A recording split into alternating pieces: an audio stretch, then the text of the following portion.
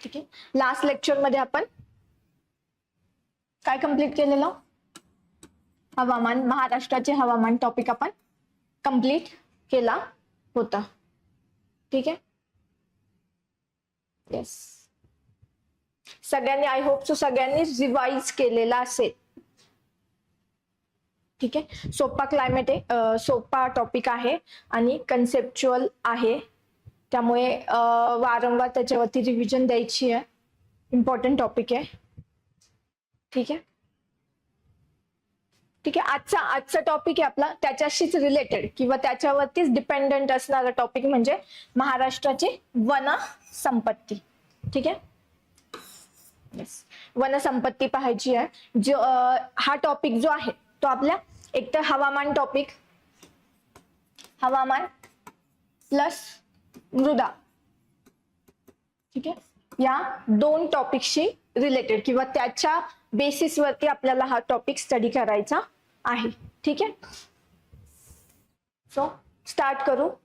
One संपत्ती. आता वनांना संपत्ती का बोललोय? ठीक आहे. वनांना आपण संपत्ती का बोलतो? ठीक आहे. कारण आपल्याला माहिती आहे वनांपासून आपल्याला बऱ्याच काही गोष्टी मिळतात. ठीक आहे. आणि त्याच्यावरती बऱ्याच वेळा आपली इकॉनॉमी जी असते वनांवरती अवलंबून असते किंवा आधारित आहे. त्यामुळे वनांपासून आपल्याला संपत्ती मिळते, म्हणून त्याला आपण म्हणतो वन संपत्ती. ठीक आहे. सो वन संपत्ती, मग याच्यामध्ये आपल्याला वेगवेगळे टाईप स्टडी करायचे. वनांचे वेगवेगळे प्रकार, सदाहरित असेल, त्याच्यानंतर पानझडी असेल, त्याच्यानंतर काटेरी वने, ठीक आहे, खाजण वने. सो असे टाइप्स जे आपल्याला महाराष्ट्रामध्ये वनांचे वेगवेगळे टाइप्स आढळतात ते स्टडी करायचे. आता हे टाइप्स कशावरून पडतात? तर त्या ठिकाणी असणारं हवामान आणि मृदा. हवामान म्हणजे कसं, जर एखाद्या ठिकाणी वर्षभर पाऊस आढळत असेल तर त्या ठिकाणी आपल्याला कोणती वने आढळतील? ज्या वनांना सतत पाणी मिळतं तर त्या ठिकाणी आपल्याला सदाहरित वने आढळतील. त्या ठिकाणी पानझडी वने आढळणार नाहीत. ठीक आहे. सो चला स्टार्ट करू. फर्स्ट जो प्रकार आहे तो आहे उष्णकटिबंधीय सदाहरित वने.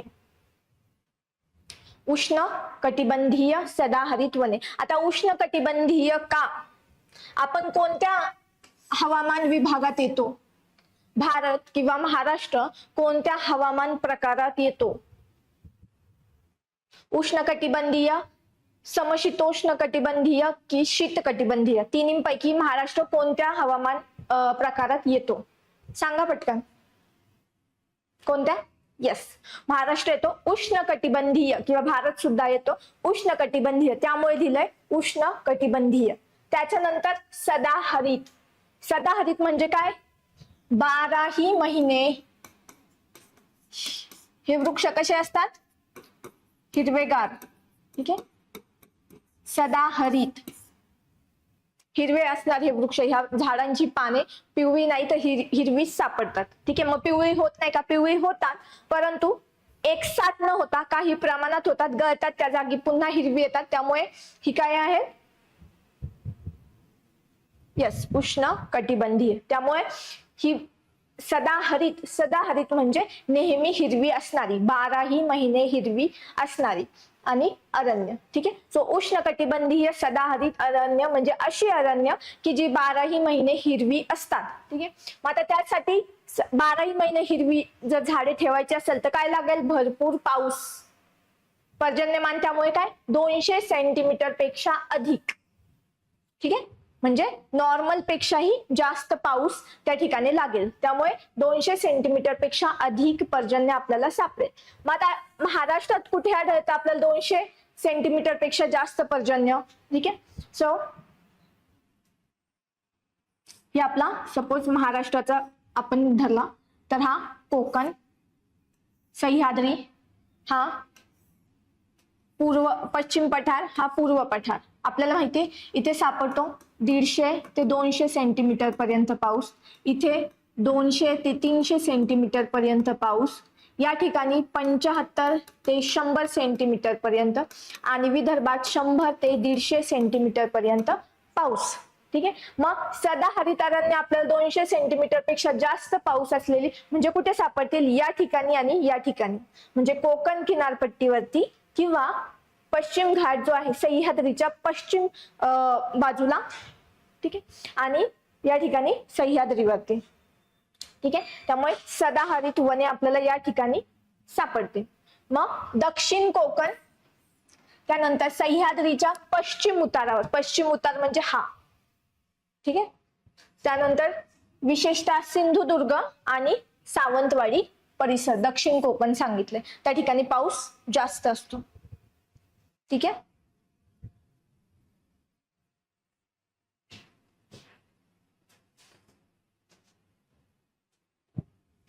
ठीक आहे, एवढी गोष्ट क्लिअर. आपण वन संपत्ती टॉपिक स्टार्ट केलाय आजपासून. त्याच्यामधला पहिला प्रकार आहे उष्णकटिबंधीय सदाहरित वने. उष्णकटिबंधीय का? कारण भारत किंवा महाराष्ट्र कोणत्या हवामान प्रकारात येतो? उष्ण कटिबंधीय, म्हणून उष्णकटिबंधीय. आणि नंतर सदाहरित, सदाहरित म्हणजे काय? नेहमी हिरवे राहणारे झाड. हा, मग ही सदाहरित वने कुठे आढळतात? ज्या ठिकाणी पाऊस जास्त, 200 सेंटीमीटर पेक्षा ज्या ठिकाणी पाऊस जास्त असेल त्या ठिकाणी. महाराष्ट्रात अशी कोणती ठिकाण आहे? तर सह्याद्री पर्वताचा उतार आणि कोकण, ठीक आहे. त्यामुळे ही झाडे आपल्याला कुठे सापडतात? कोकण आणि सह्याद्री पर्वताच्या पश्चिम उतारावरती, ठीक आहे. आता ह्याची वैशिष्ट्ये काय आहेत? दाट व घनदाट अरण्य, ठीक आहे. सदाहरित वने खूप दाट जंगल असतात. ही याच्यामध्ये जायला, याच्यामध्ये तुम्हाला हे दाखवते, येस, अशा प्रकारची जास्त फाटलंय, ठीक आहे. खूप दाट जंगल, इवन सावली सुद्धा, सूर्याचा प्रकाश सुद्धा खाली पोहोचत नाही. त्यामुळे काय होतं? यांच्यात स्पर्धा लागते वरती जाण्यासाठी, सूर्यप्रकाशासाठी स्पर्धा लागते. त्यामुळे ही वने खूप उंच, झाडं जी आहेत ती खूप उंच सापडतात, ठीक आहे. आणि वेली, झाडांवरती आपल्याला वेली सापडतात, अशा सूर्यप्रकाश मिळवण्यासाठी वरती जातात ते. त्यामुळे त्यांच्यामध्ये स्पर्धा असते. त्यामुळे काय? उंची जास्त झाडांची आणि टप्प्यात सापडतात. म्हणजे काय? उंची वेगवेगळ्या उंचीचे असे टप्पे. आता हा सगळ्यात उंच, त्याच्यानंतर हा एक लेअर येईल, त्याच्यानंतर खाली, आणि सगळ्यात खाली वेली किंवा छोटी छोटी गवताळ वनस्पती सापडतात, ठीक आहे. सो सदाहरित वनांमध्ये काय वैशिष्ट्य आहे? नेहमी हरित, हिरवी राहणार. दुसरं, यांच्यामध्ये सूर्यप्रकाशासाठी खूप दाट असतात, त्यामुळे सूर्यप्रकाश खाली पोहोचत नाही. त्यामुळे सूर्यप्रकाशासाठी त्यांच्यात स्पर्धा लागते. त्यामुळे झाडांची उंची जास्त. नेक्स्ट, झाडं इथे लेयर्स मध्ये सापडतात, वेगवेगळ्या उंचीची, ठीक आहे. सगळ्यात जास्त उंचीची, त्याच्यानंतर कमी, त्याच्यानंतर कमी, आणि सगळ्यात खाली छोटी छोटी गवतं, ठीक आहे, लेयर्स मध्ये सापडतात. इथे झाडांवरती आपल्याला वेली सापडतात, ठीक आहे, वेली सापडतात. त्यामुळे अशा प्रकारे एकदम घनदाट जंगल जे आहे आपल्याला पाहायला भेटतं सदाहरित वनांमध्ये, ठीक आहे. येस, झाडांची उंची सुद्धा जास्त असते, 45 ते 60 मीटर पर्यंत, ठीक आहे. त्याच्यानंतर पाने रुंद आणि सदाहरित म्हणजे वर्षभर हिरवी. याची पाने कशी असतात? रुंद, ठीक आहे. छोटी पानं नसतात, मोठी पानं असतात, कारण की पाणी अवेलेबल आहे. त्यामुळे बाष्पीभवन सुद्धा पानांतून झालं तरी चालेल. त्यामुळे मोठा एरिया असतो पानांचा, ठीक आहे. सो ही याची वैशिष्ट्य झाली सदाहरित वने. नेक्स्ट, प्रमुख वृक्ष, ह्याच्यात नागचंपा, त्याच्यानंतर पांढरा सिडार, फणस, जांभूळ, कावसी आणि ओक या प्रकारची झाडं सापडतात. ही प्रामुख्याने कुठे सांगितलं मी? पश्चिम घाट किंवा सह्याद्रीचा पश्चिम उतार आणि कोकण, ठीक आहे. सो नागचंपा, पांढरा सिडार, फणस, कावसी, ओक, जांभूळ ही प्रकारची झाडे, ही लक्षात ठेवायचं, ही सदाहरित वने आहेत. आता यांचा उपयोग काय? ठीक आहे. हे जे लाकूड सापडतं सदाहरित वनांमध्ये ते कसं असतं? अतिशय कठीण, खूप कठीण लाकूड असतं. त्यामुळे ह्याचा टिंबर म्हणून वापर होत नाही. टिंबर म्हणजे काय? जे आपण फर्निचर मध्ये युज करतो लाकूड, किंवा बिल्डिंगच्या ह्याच्यासाठी साहित्यासाठी युज करतो, तर त्याला टिंबर बोलतात त्या लाकडाला, ठीक आहे. मग ते लाकूड म्हणून याच म्हणजे हे इतकं कठीण असतं की त्याचा काहीच इकॉनॉमिकली आपल्याला उपयोग होत नाही. टिंबर म्हणून हे मर्यादित उपयोग होतो, परंतु औषधी आणि जैवविविधतेच्या दृष्टीने महत्वपूर्ण, ठीक आहे. अनेक औषधी वनस्पती याच्यात सापडतात. त्याचबरोबर जैवविविधता, एवढी घनदाट जंगल आहे तर त्या ठिकाणी आपल्याला प्राणी संपत्ती सापडते, ठीक आहे. वेगवेगळ्या प्रकारच्या वनस्पती सापडतात. ठीक आहे. ही अरण्य जैवविविधतेसाठी अत्यंत महत्वाची असून पश्चिम घाट परिसंस्थेचा महत्वाचा भाग आहे. ठीक आहे. सो ही झाली सदाहरित वने. ठीक आहे. एकदा रिवाइज करू. सदाहरित वने म्हणजे काय, की जी वने नेहमी हिरवी राहतात. ठीक आहे. वर्षभर 12ही महिने का हिरवी राहतात, कारण त्या ठिकाणी पाऊस कसा असतो, जास्त. किती, 200 सेंटीमीटर पेक्षा जास्त पाऊस. ठीक आहे. त्याची वैशिष्ट्य काय येतील, नेहमी हिरवी राहतात, उंची जास्त 60 सेंटीमीटर 45 ते 60 सेंटीमीटरच्या दरम्यान किंवा इव्हन त्याच्यापेक्षा जास्त. त्याच्यानंतर घनदाट जंगल सापडेल. ठीक आहे. त्याच्यामध्ये वनस्पती कशा सापडतात, वनस्पतींमध्ये सूर्यप्रकाशासाठी काय होते, स्पर्धा चालू असते, त्यामुळे उंची जास्त झाडांची. ठीक आहे. वनस्पती लेयर्स मध्ये सापडतात, टप्प्याटप्प्याने सापडतात हाईट नुसार. त्याच्यानंतर झाडांवरती वेली सापडतात. ठीक आहे. प्राणी संपत्ती जास्त, जैवविविधता जास्त, परंतु उपयोग कसा होतो त्याचा, कमी. टिंबर म्हणून मर्यादित उपयोग होतो. ठीक आहे. कळालं. ठीक आहे. सो सदाहरित वनस्पती हा पहिला. आणि याच्यामध्ये कोणते येतात मग सदाहरित मध्ये, वनस्पती नागचंपा, फणस, सिडार, जांभूळ, कावसी, ओक. ठीक आहे. नेक्स्ट ओकचं झाड असतं ना, ते उंच असतं. ओकचं इमेज सर्च मार, कोकणात सापडतात ही झाडं.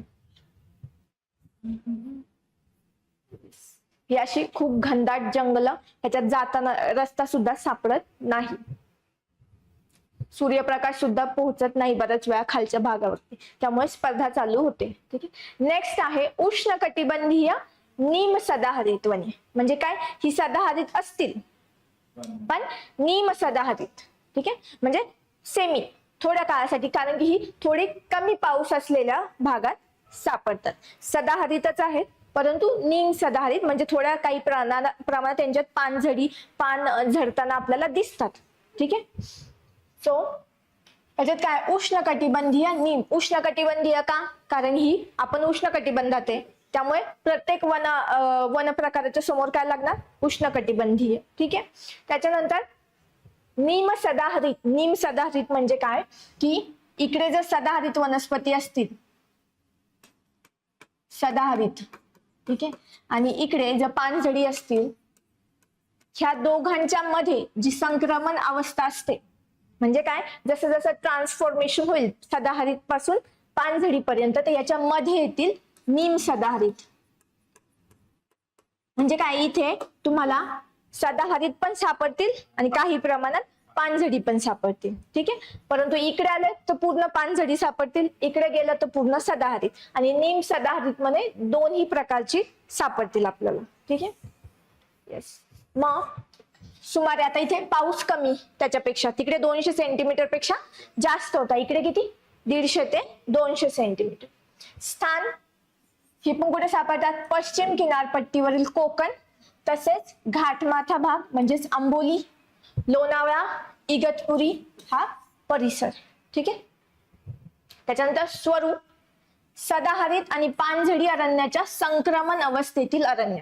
संक्रमण अवस्था म्हणजे काय, ट्रान्सफॉर्मेशन. ठीक आहे. ज्यावेळेस सदाहरित कडून पानझडी हे ट्रॅव्हल किंवा प्रवास होतो, तर त्याच्या मध्यभागी जे येतील ती काय असतील, निम सदाहरित. ठीक आहे. त्यानंतर वृक्षांची उंची आता त्याच्यापेक्षा कमी असेल, तिकडे 45 ते 60 मीटर होती, इकडे किती, 20 ते 30 मीटर, म्हणजे त्याच्यापेक्षा कमी उंचीची. ठीक आहे. सदाहरित अरण्यापेक्षा कमी. ठीक आहे. आता ह्याच्यात कोणते वृक्ष सापडतात, किंजल, त्याच्यानंतर रानफणस, कदंब, शिसम, बिवळा, त्याच्यानंतर आंबा, नारळ, सुपारी इत्यादी. ठीक आहे. थोडीशी हाईटने कमी आणि निम सदाहरित. ठीक आहे. किंजल, रानफणस, कदंब, शिसम, त्याच्यानंतर बिवळा, आंबा, नारळ आणि सुपारी. ठीक आहे. आता ह्याचं आर्थिक महत्व जर बघितलं तर लाकूड म्हणून याचा वापर केला जातो.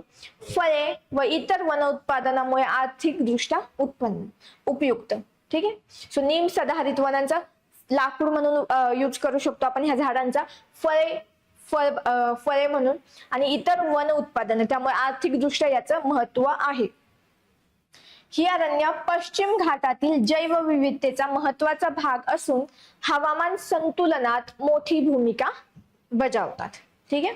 आता असं विचारलं की सदाहरित वनांपेक्षा निमसदाहरित वने यांचे आर्थिकदृष्ट्या महत्व जास्त आहे, तर बरोबर का चुकीचं येईल? सदाहरित पेक्षा निमसदाहरित वनांचं आर्थिकदृष्ट्या महत्व जास्त आहे, तर काय येईल? यस, बरोबर. ठीक आहे. सो हे समजलं? तर काय निमसदाहरित वने म्हणजे काय? सदाहरित आणि पानझडी यांच्या संक्रमण अवस्थे किंवा यांच्या मध्ये जी झाडे येतात, वृक्ष येतात, त्याला म्हणतात निमसदाहरित. ठीक आहे. आता इथे पावसाचे प्रमाण किती असेल? 150 ते 200.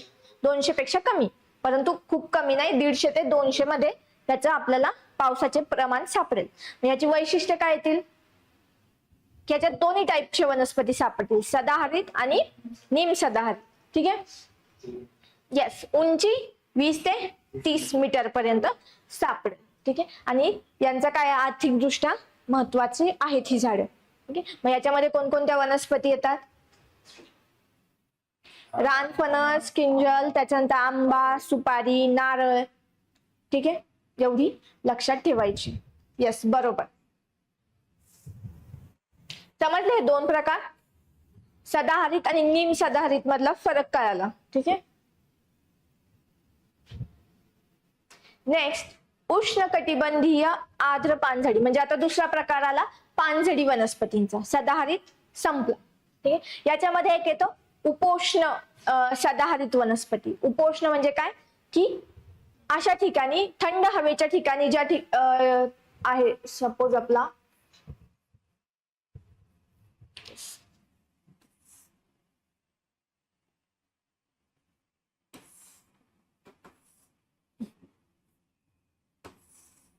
ठीक आहे, या ठिकाणी थंड हवेची ठिकाणं आहेत आपली उंचावरती. ठीक आहे. महाबळेश्वर असेल, त्याच्यानंतर आंबोली असेल, माथेरान वगैरे. तर थंड हवेच्या ठिकाणी वातावरण उष्णकटिबंधीय नसतं.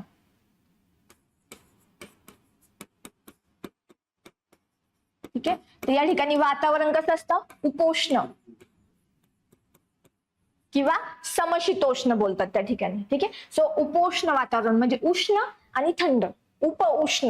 ठीक आहे. असं वातावरण सापडतं. त्यामुळे थंड हवेच्या ठिकाणी जी काही सदाहरित वनस्पती सापडतात त्यांना बोलतात उपोष्ण सदाहरित वनस्पती. म्हणजे सेम सदाहरितच, फक्त त्या ठिकाणी वातावरण कसं आहे? उपोष्ण, त्यामुळे त्याला बोलतात उपोष्ण सदाहरित वनस्पती. कुठे? थंड हवेच्या ठिकाणी. ठीक आहे. म्हणजे असं की वरती नंदुरबार मध्ये तोरणमाळ आहे या ठिकाणी, किंवा महाबळेश्वर, आंबोली, आपला माथेरान, लोणावळा या ठिकाणी थंड हवेच्या ठिकाणी उंचावर, त्यामुळे तापमान कसं असतात? कमी. त्यामुळे उष्ण कटिबंधीय नसून ती असतात उपोष्ण कटिबंधीय सदाहरित वनस्पती. हे झाले सदाहरित वनस्पतींचे 3 प्रकार. ठीक आहे. आता पानझडी वनस्पती. पानझडी वनस्पती म्हणजे काय? की अशा वनस्पती ज्यांना पर्टिक्युलर काळात पाण्याची कमतरता भासते, म्हणजे काय करतात? पाणी वाचवण्यासाठी झाडाची पानं जी आहेत ती गाळतात. ठीक आहे. हा, येस, हा, आपल्याकडे उन्हाळ्याच्या सुरुवातीला दिसतं पानझडी. ठीक आहे. पानं झडताना दिसतात अशा प्रकारे, खाली पानं दिसतात आपल्याला. ठीक आहे. वरती वनस्पती आहे, खाली पानं गळलेली दिसतात, तर ती झाली पानझडी वनस्पती. का पानं झडतात? कारण की पानांमार्फत होणारं जे बाष्पीभवन आहे ते थांबवण्यासाठी, पाण्याचा जो लॉस होतो पानांमार्फत, ठीक आहे, तो कमी करण्यासाठी पानं ते झाडतात. त्यामुळे त्यांना बोलतात पानझडी. ठीक आहे. तर ऑब्व्हियसली ही सदाहरित पेक्षा कमी पावसाच्या ठिकाणी आपल्याला भेटणार. ठीक आहे. आता पुन्हा उष्णकटिबंधीय का? कारण आपण उष्ण कटिबंधात आहे, त्यामुळे सगळ्या ठिकाणी काय येणार? उष्ण कटिबंधीय. ठीक आहे. सो उष्ण कटिबंधीय, त्याच्यानंतर आर्द्र पानझडी अरण्य. ठीक आहे. पानझडी अरण्य आर्द्र का? कारण की ही अशा ठिकाणी, आता फक्त पानझडी आणि फक्त पानझडी अरण्य, आणि ह्याच्यामध्ये 2 प्रकार येतात. एक आर्द्र आणि दुसरं शुष्क. तर आर्द्र कोणत्या ठिकाणी सापडतात? ज्या ठिकाणी आर्द्रता जास्त आहे, ह्युमिडिटी किंवा मॉइश्चर जास्त आहे, त्या ठिकाणी आपल्याला आर्द्र पानझडी सापडतील. आणि शुष्क कोणत्या ठिकाणी? ज्या ठिकाणी हवेत आर्द्रता कमी आहे, वातावरण कसं आहे? कोरडं, तर त्या ठिकाणी आपल्याला शुष्क पानझडी वनस्पती आढळते. ठीक आहे, मग हे दोन. मग आपल्याकडे आर्द्र आहे, तर पानझडी वनस्पती जनरली आपल्याला कुठे पाहायला भेटतात?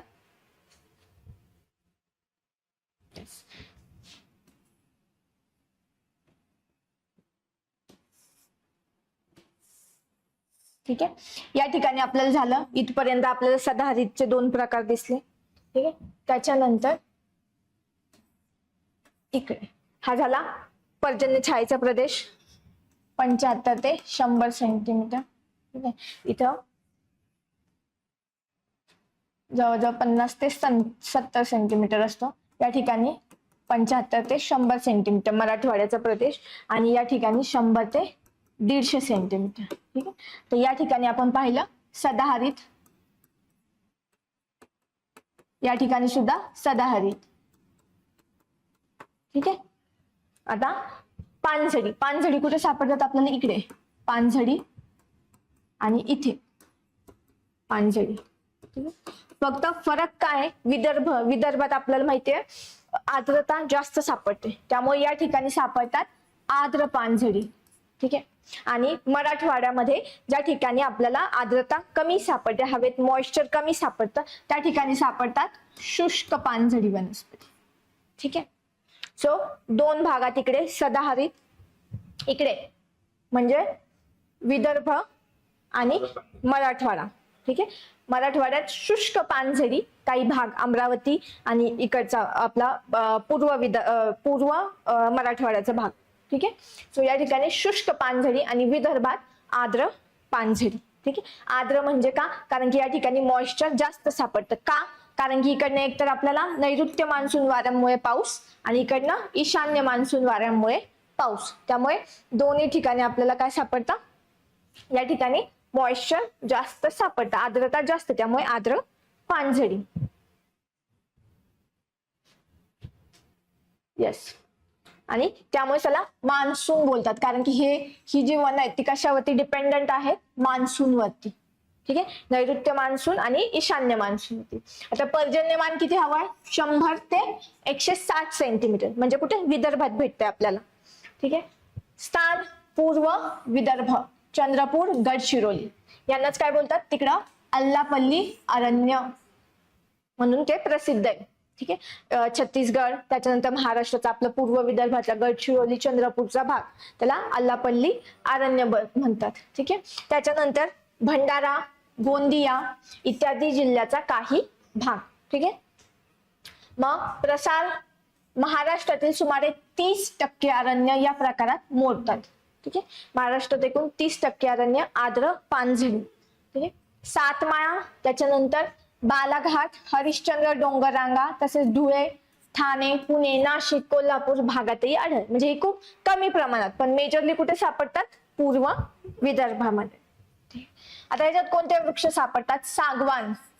सागवान हा मुख्य आहे, त्या ठिकाणी सापडतो. त्यानंतर बिबळा, धावडा, तेंदू, चंदन, खैर, आवळा. ठीक आहे, त्यानंतर वैशिष्ट्य काय? मान्सून काळात दाट हिरवळ. ठीक आहे, पावसाच्या वेळेस दाट हिरवळ दिसते आपल्याला, हिरवी झालेली दिसतात, आणि उन्हाळ्यात काय होतं? मग पाणी गळतात, कारण की का? पाणी टिकून ठेवण्यासाठी, पाण्याची कमतरता असल्यामुळे. मग वृक्षांची उंची किती सापडते? 30 ते 40 मीटर. 30 ते 40 मीटर पर्यंत आपल्याला वृक्षांची उंची सापडते. आता आर्थिक महत्व, सागवान माहिती आपल्याला इम्पॉर्टंट आहे. ठीक आहे, फर्निचर साठी वगैरे, त्यामुळे सागवान लाकूड अत्यंत मौल्यवान. तेंदूची पानं वापरली जातात. त्याच्यानंतर चंदनाचा, खैर इत्यादीमुळे वन उद्योग व स्थानिक अर्थव्यवस्थेला आधार, त्यामुळे अर्थव्यवस्थेच्या दृष्टीने किंवा इकॉनॉमिक इम्पॉर्टन्स जो आहे, इकॉनॉमिकल, तो जास्त आहे पानझडी वनस्पतींचा. ठीक आहे, ही सगळी झाडं बघा, आवळा, खैर, चंदन असेल, तेंदू, या सगळ्यांचा वापर केला जातो. औषधी वनस्पतीसाठी असेल, त्याच्यानंतर आपला सागवान फर्निचर साठी असेल, ठीक आहे, या सगळ्यांचा वापर केला जातो. विशेषतः आल्लापल्ली अरण्य गडचिरोलीतलं जे आहे हे घनदाट सागवानासाठी प्रसिद्ध असून महाराष्ट्रातील महत्वाच्या वनसंपत्तीचा भाग आहे. ठीक आहे, सो हे कोणते झाले?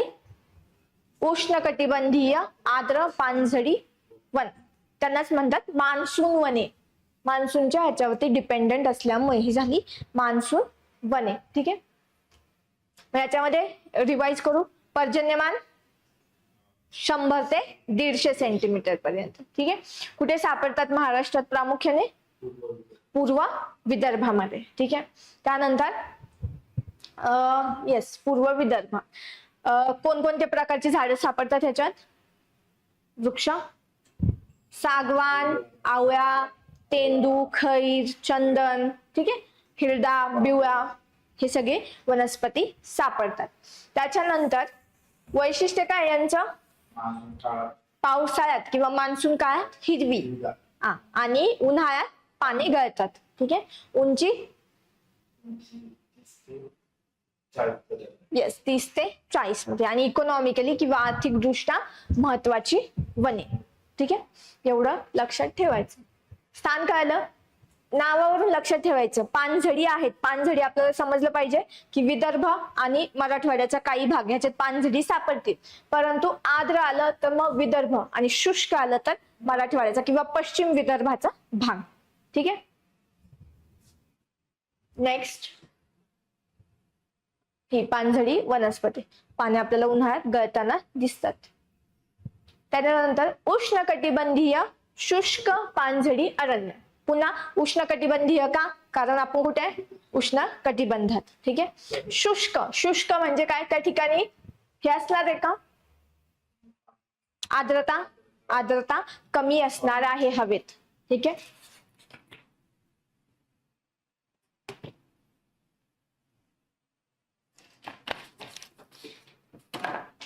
हवेत आर्द्रता कमी. ठीक आहे, मग पर्जन्यमान किती आहे? 50 ते 100 सेंटीमीटर. ठीक आहे, मग स्थान कुठे सापडतं?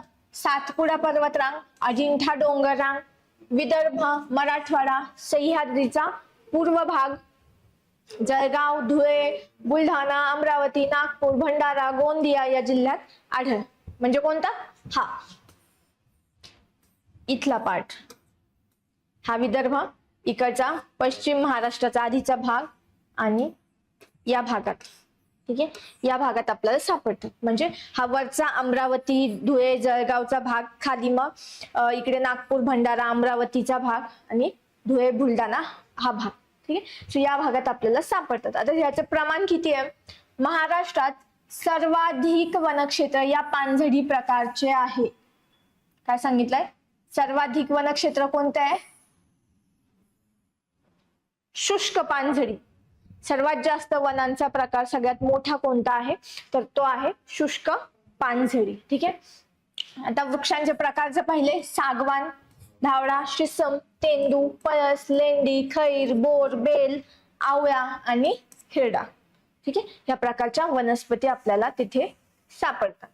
ठीक आहे, आता वैशिष्ट्य काय यांचे? उन्हाळ्यात पाने गळून झाडे विरळ दिसतात आणि पावसाळ्यात दाट हिरवाई. सेम पानझडीचे, त्यामुळे सेम वैशिष्ट्य असणार आहे. फक्त फरक काय असणार आहे की शुष्क प्रदेशात येतात ती, ज्या ठिकाणी हवेत आर्द्रता कमी असते अशा भागात आढळतात. आता हीच वनस्पती आपल्याला तिकडे पण सापडतात. तेंदू असेल, त्याच्यानंतर पळस, ठीक आहे, सागवान वगैरे, खैर. ठीक आहे, मग लाकूड, त्याच्यानंतर तेंदूची पानं असतील, गोंद, त्याच्यानंतर औषधी वनस्पती. यामुळे स्थानिक अर्थव्यवस्थेसाठी महत्वपूर्ण, म्हणजे काय, इकॉनॉमिकली इम्पॉर्टंट आहेत ही सुद्धा. आर्थिकदृष्ट्या पानझडी वनस्पती महत्वाच्या आहेत आपल्याला. नेक्स्ट, ही अरण्य कोरड्या हवामानाशी जुळवून घेतलेली असून वन उद्योग व ग्रामीण उपजीविकेसाठी महत्वाची आहेत. ठीक आहे, हे झालं शुष्क पानझडी. आर्द्र आणि शुष्क याच्यातला फरक कळाला का? ठीक आहे, आणि ती पुढे आढळते. ठीक आहे, शुष्क जी आहे, शुष्क पानझडी, ती पावसाचं अजून थोडं कमी प्रमाण असेल आर्द्रपेक्षा, म्हणजे 50 ते 100 सेंटीमीटर. त्याच्यानंतर कुठे सापडतात? पश्चिम विदर्भ आणि मराठवाड्याचा काही भाग, ठीक आहे, पूर्वेकडील, ठीक आहे. त्याच्यानंतर सेम पानझडी वनस्पतीच पावसाळ्यात हिरवीगार आणि उन्हाळ्यात पाने गळायला सुरुवात आणि आर्थिक दृष्ट्या महत्वाच्या वनस्पती, ठीक आहे. झालं क्लिअर? क्लिअर एवढं? दोन टाईप कळले, सदाहरित आणि त्याच्यानंतर पानझडी. नेक्स्ट टाईप मग उष्णकटिबंधीय काटेरी अरण्य, ठीक आहे, जे आपल्याकडे पाहायला भेटतात, ठीक आहे. काटेरी का? बिकॉज ह्याच्यात जी झाडं सापडतात बहुतांशी काट्याची झाडे असतात, काटे असणार, ठीक आहे. आता पर्जन्यमान 50 सेंटीमीटर पेक्षाही कमी, ठीक आहे, म्हणजे खूप कमी पाऊस असलेला प्रदेश म्हणजे पर्जन्य छायेचा प्रदेश. सातारा असेल, सांगली, त्याच्यानंतर पुणे, ठीक आहे, पुणे, अहमदनगर या भागात आपल्याला ही वनस्पती पाहायला भेटतात, काटेरी अरण्य, ठीक आहे. आता स्थान मध्य महाराष्ट्रातील पठारी प्रदेश म्हणजे पुणे, सातारा, सांगली, अहमदनगर, सोलापूर म्हणजेच पश्चिम महाराष्ट्राचा बराचसा भाग जो सह्याद्री पर्वताच्या पर्जन्य छायेच्या प्रदेशात येतो, ठीक आहे. तसेच मग जळगाव, धुळे, मराठवाडा, विदर्भातील काही भाग. प्रामुख्याने हा लक्षात ठेवायचा, मेजरली कुठे सापडतोय, बाकी छोट्या छोट्या प्रमाणात सगळीकडे सापडेल, परंतु मेजरली सापडतोय मध्य महाराष्ट्राचा पठारी प्रदेश म्हणजेच पश्चिम महाराष्ट्र, पुणे, सातारा, सांगली, सोलापूर आणि अहमदनगर या भागात तो प्रामुख्याने सापडतो. आता ह्याची वैशिष्ट्य काय? कमी पावसामुळे झाडांची पाने लहान आणि काटेरी असतात, ठीक आहे. कारण की का? बाष्पीभवन जास्त होऊ नये, पाणी कमी असावं, त्यामुळे कमी वेस्ट व्हावं, त्यामुळे काय झाडांची पानं छोटी छोटी सापडतात, ठीक आहे. जसं की बाभूळ असेल, बाभळाच्या झाडाची पानं छोटी सापडतात, ठीक आहे. बाभूळ, बोरी असेल, काटे असतात त्यांना, ठीक आहे. उन्हाळ्यात पाने गळून पडतात, झाडांची उंची कमी आणि विरळ वनरचना, ठीक आहे. यांची मुळे कशी असतात? खोल मुळे असतात, खोल मुळे. का? पाणी मिळवण्यासाठी मुळे अधिकाधिक जमिनीत जातात, त्यामुळे खोल मुळे असतात, उंची कमी, ठीक आहे, विरळ असतात, लांब लांब अंतरावरती असतात, ठीक आहे. ही आहेत काटेरी वनांची वैशिष्ट्य. काय एकतर पाने छोटी, ठीक आहे, त्यानंतर काटे असतात, ठीक आहे, मुळे खोलवर जमिनीत आत गेलेली, झाडं एकमेकांपासून लांब असतात, ठीक आहे, लांब अंतरावरती असतात, कारण त्यांच्या स्पर्धा नको, पाण्यासाठी स्पर्धा नको, त्यामुळे ती लांब अंतरावरती सापडतात. त्याच्यानंतर उन्हाळ्यात पाने गळून पडतात, ठीक आहे, आणि कमी उंचीची झाडं सापडतात, ठीक आहे. मग याच्यामध्ये प्रमुख वृक्ष कोणते सापडतात? बाभूळ, खैर, नीम, त्याच्यानंतर कोरफड, निवडुंग अशा प्रकारची झाडं सापडतात. त्याच्यानंतर बोर, अशा प्रकारची झाडं सापडतात, काटेरी वनस्पती. आर्थिक महत्व जर बघितलं तर बाभळीचा गोंद, त्याच्यानंतर खैरापासून काठ आणि इंधनासाठी लाकूड व औषधी वनस्पती म्हणून उपयोग केला जातो. ही अरण्य कोरड्या हवामानाशी जुळवून घेतलेली असून पशुखाद्य व ग्रामीण अर्थव्यवस्थेसाठी महत्वाचे आहे. आपल्याला माहिती याच्यावरती गुरे चराई केली जाते, ठीक आहे. जे धनगर लोक असतात तर त्यांच्या मेंढ्या चारण्यासाठी यांचा वापर केला जातो, ठीक आहे. सो हे झालं उष्णकटिबंधीय काटेरी वनस्पती, ठीक आहे. कुठे सापडतात? मध्य महाराष्ट्र म्हणजे पुणे विभाग लक्षात ठेवायचं. पुणे विभागात आपल्याला काटेरी वनस्पती सापडतात. का सापडतात? कारण त्या कुठे येतात? पर्जन्य छायेच्या प्रदेशात, त्यामुळे पाऊस कमी, 50 सेंटीमीटर पेक्षाही कमी पाऊस आपल्याला सापडतो, ठीक आहे. ही काटेरी वनस्पती, हे बघा लांब सापडतात एकमेकांपासून, छोटी हाईट दिसतीये, ठीक आहे, एकमेकांपासून लांब, काटे आहेत, छोटी छोटी पानं आहेत, ठीक आहे. कळालं वनस्पती कशा सापडतात, ठीक आहे. काटेरी वने. येस, 3 मेन प्रकार कळाले. सदाहरित, सदाहरितचे 2, एक सदाहरित आणि निम सदाहरित. त्याच्यामध्येच तिसरा येतो उपोष्ण, उपोष्ण जो थंड हवेच्या ठिकाणी सापडतो. त्याच्यानंतर पानझडी, पानझडीमध्ये आर्द्र पानझडी आणि शुष्क पानझडी. आर्द्र पानझडी ज्या ठिकाणी आर्द्रता जास्त सापडते, पूर्व विदर्भ, आणि शुष्क पानझडी ज्या ठिकाणी आर्द्रता कमी सापडते, म्हणजे कोणते, पश्चिम विदर्भ आणि मराठवाड्याचा काही भाग. ठीक आहे. त्याच्यानंतर येतं काटेरी वने, जी 50 सेंटीमीटर पेक्षाही कमी पावसाच्या ठिकाणी आपल्याला सापडतात. ठीक आहे. मग याच्यामध्ये पुणे विभाग येतो. ठीक आहे. बाकीच्या त्या भागात आपल्याला सापडतो. ठीक आहे. नेक्स्ट आहे पुढचा प्रकार खाजन वने किंवा किनारी वने, किंवा त्यालाच बोलतात मँग्रोव्ह फॉरेस्ट. ठीक आहे. मँग्रोव्ह,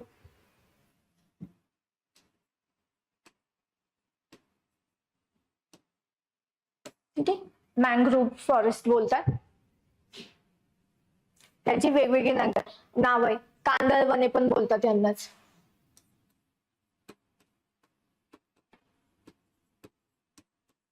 ठीक आहे. कांदळ वने, त्याच्यानंतर खाजन वने, त्याच्यानंतर किनारी वने किंवा मँग्रोव्ह वने, मँग्रोव्ह फॉरेस्ट बोललं जातं याला. ठीक आहे.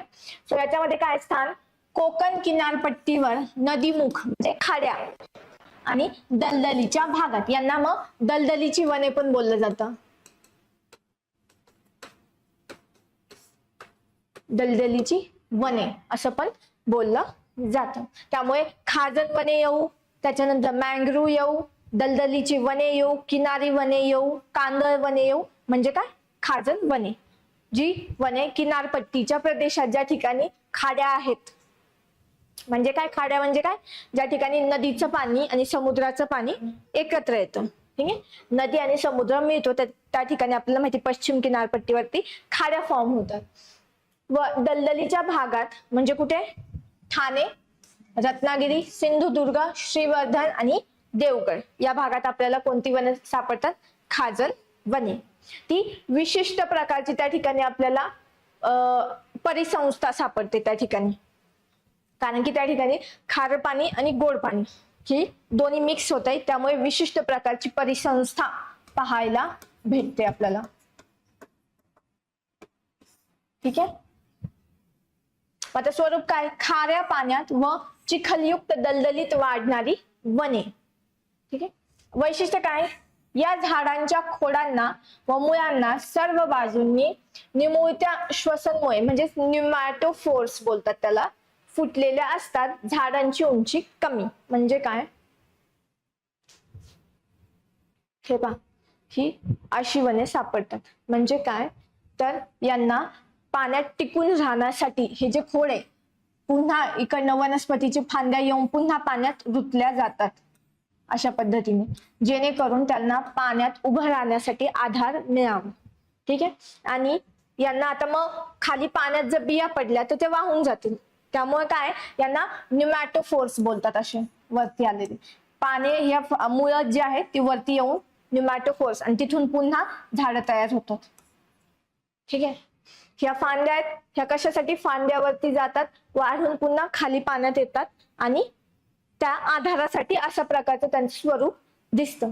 आणि न्यूमॅटोफोर्स बोलतात ह्याला, श्वसन घेण्यासाठी किंवा नवीन झाडं जे येतात त्याच्यासाठी, मेनली श्वसनासाठी असतात. हे मुळं वरती येतात कारण की खाली दलदलीचा भाग आहे, ऑक्सिजन नाही.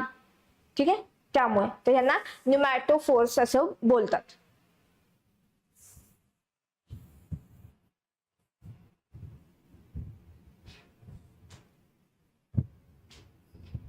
ठीक आहे. येस. तर झाडाच्या खोडांना व मुळांना सर्व बाजूंनी त्या श्वसनमुळे, ठीक आहे, किंवा न्यूमॅटोफोर्समुळे फुटलेल्या असतात, आणि त्यामुळे त्यांची झाडांची उंची कशी असते, कमी असते, कारण की झाडे कशी असतात, पसरलेली असतात. ठीक आहे. आधारासाठी त्याच्यामध्ये मग आता प्रमुख वृक्ष कोणते आहेत, काजळा, आंबारी, त्याच्यानंतर कांदळ आणि तिवर. तिवराची वने पण बोलतात त्यांना, कांदळ वने पण बोलतात. ठीक आहे. त्याच्यानंतर काजळा आणि आंबारी. महत्व, किनारपट्टीचे क्षरण रोखणे. काय करतात ही, ते किनारपट्टी जे क्षरण होतं समुद्राच्या लाटामुळे, तर यांच्यामुळे रोखले जातात. त्याच्यानंतर वादळांपासून संरक्षण, ज्यावेळेस वादळ येतं, सायक्लोन येतात, ठीक आहे, तर त्यावेळेस हे संरक्षण म्हणून यूज केलं जातं. कारण की बऱ्याचदा त्याच्यामुळे डिरेक्टली आपल्या ह्युमन मानवी वस्तीला इफेक्ट न होता त्या ठिकाणी ते वादळाच्या लाटांचं जे उंची आहे कमी करण्याचा किंवा त्यांचा जो प्रकोप आहे तो कमी करण्याचा प्रयत्न करतात. मत्स्य संपत्तीला आधार, कारण की या ठिकाणी आपल्याला भरपूर मत्स्य संपत्ती सापडते, वेगवेगळी आहे, झाडांची पानं आहेत, त्यामुळे त्या ठिकाणी आपल्याला छोटे छोटे कीटक सापडतात, त्यांच्यावरती जगणारे मासे त्या ठिकाणी सापडतात. त्यामुळे मत्स्य संपत्तीला आधार, ठीक आहे. यांचा मेन कारण काय आहे, ह्याच्यासाठीच यूज केलं जातं की किनारपट्टीचं संरक्षण रोखण्यासाठी किंवा वादळापासून संरक्षणासाठी बफर म्हणून ते काम करतात, ठीक आहे. ज्या लाटा आहेत त्यांचा जी काही स्पीड आहे कमी करायचं ते प्रयत्न करतात, ठीक आहे. आर्थिक दृष्ट्या मर्यादित उपयोग, इकॉनॉमिकली काही इम्पॉर्टन्स नाहीये त्यांचा, परंतु पर्यावरणीय दृष्ट्या अत्यंत महत्वाची वने आहेत. आपल्याला सगळ्यात जास्त खाजण वन भारतात कुठे सापडतं? Mangrove forest. कुठे सापडतं सगळ्यात मोठं? सुंदरबन, सुंदरी, ठीक आहे. यस, ह्यांचा महत्वाचा उपयोग आहे की वादळापासून संरक्षण करतं किनारपट्टीचं त्या काळात, ठीक आहे. सो ही झाली खाजण वने, कांदळ वने किंवा मग मँग्रोव्ह फॉरेस्ट, ठीक आहे. सो मेनली एवढे प्रकार आपल्याला सापडतात, ठीक आहे. त्याच्यामध्ये काय डाऊट आतापर्यंत? क्लिअर? सगळे रिवाइज होतील. पाच प्रकार आहेत फक्त, ठीक आहे. सोपे आहेत, ठीक आहे. नेक्स्ट आपण स्टार्ट करू अभयारण्य. मेनली वनसंपत्ती टॉपिक ज्यावेळेस येतो तर याच्यावरतीच जोड्या लावायला आपल्याला क्वेश्चन्स विचारले जातात.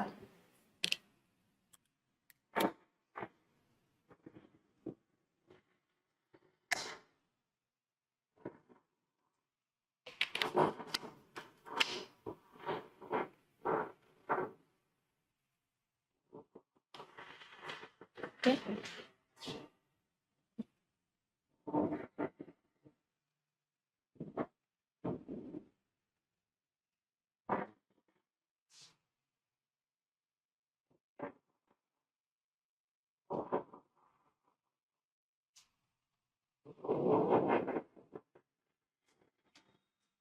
ठीक आहे. जस्ट एकदा आपण डायग्रामॅटिकली पाहू. ठीक आहे. हा किनारी प्रदेश, ठीक आहे, किंवा किनारपट्टी. कोकण किनारपट्टीचे पुन्हा आपल्याला दोन भाग दिसतात, एक खलाटी आणि दुसरा वलाटी. हा घाटमाथा, त्याच्यानंतर हा झाला पर्जन्य छायेचा प्रदेश,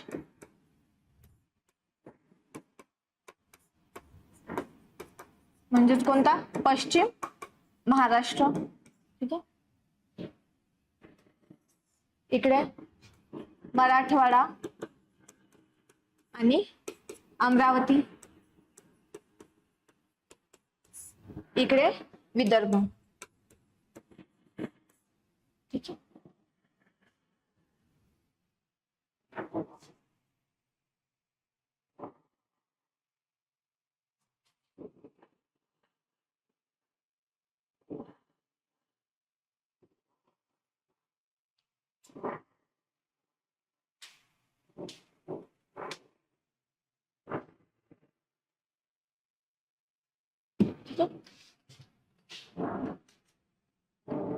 या ठिकाणी आपल्याला किती पाऊस सापडतो? इथे सापडतो आपल्याला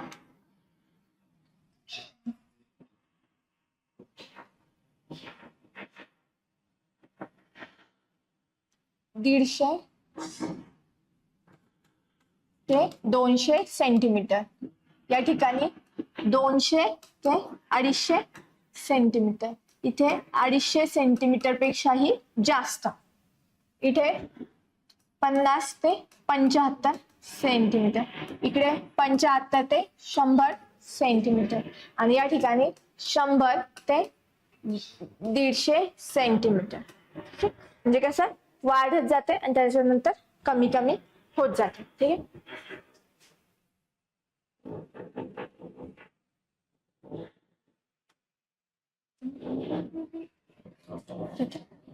आता या ठिकाणी आपल्याला किनारपट्टीला कोणती वने सापडतात? खाजन वने किंवा कांदळ वने.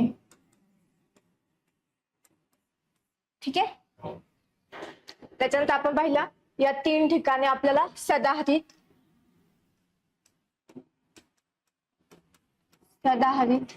इकडे पण सदाहरित, इथे पण सदाहरित. ठीक आहे. या ठिकाणी काटेरी आणि या 2 ठिकाणी पानझडी.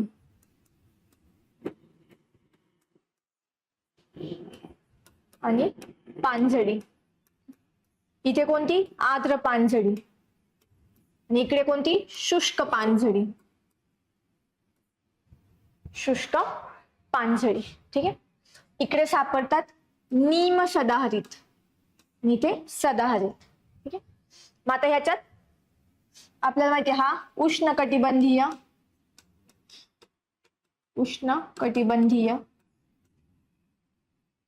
हा पण कसा?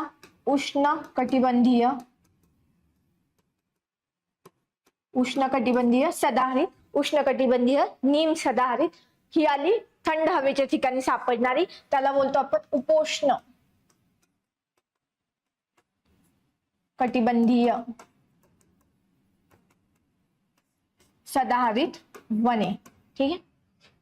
ही झाली उष्णकटिबंधीय काटेरी वने. ही झाली उष्णकटिबंधीय शुष्क पानझडी वने. ठीक आहे. ही झाली उष्णकटिबंधीय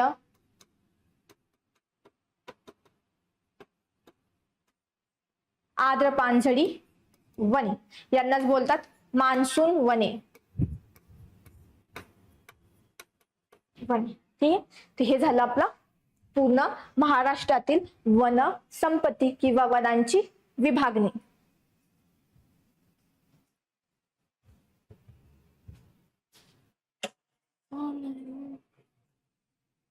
एकाच डायग्राम वरून सगळं लक्षात ठेवायचं.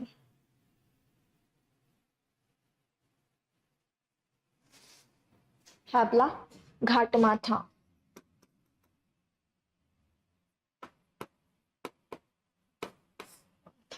खलाटी वलाटी.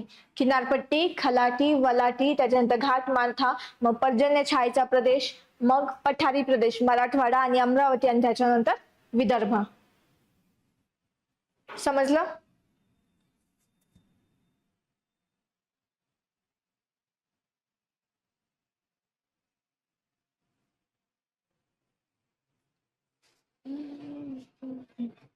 क्लिअर? काढून घ्या.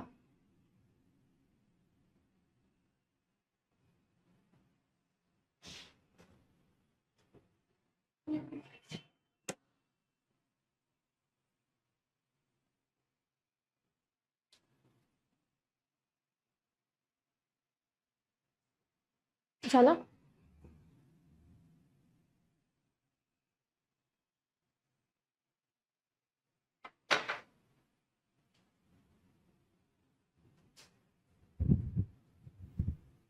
झालं?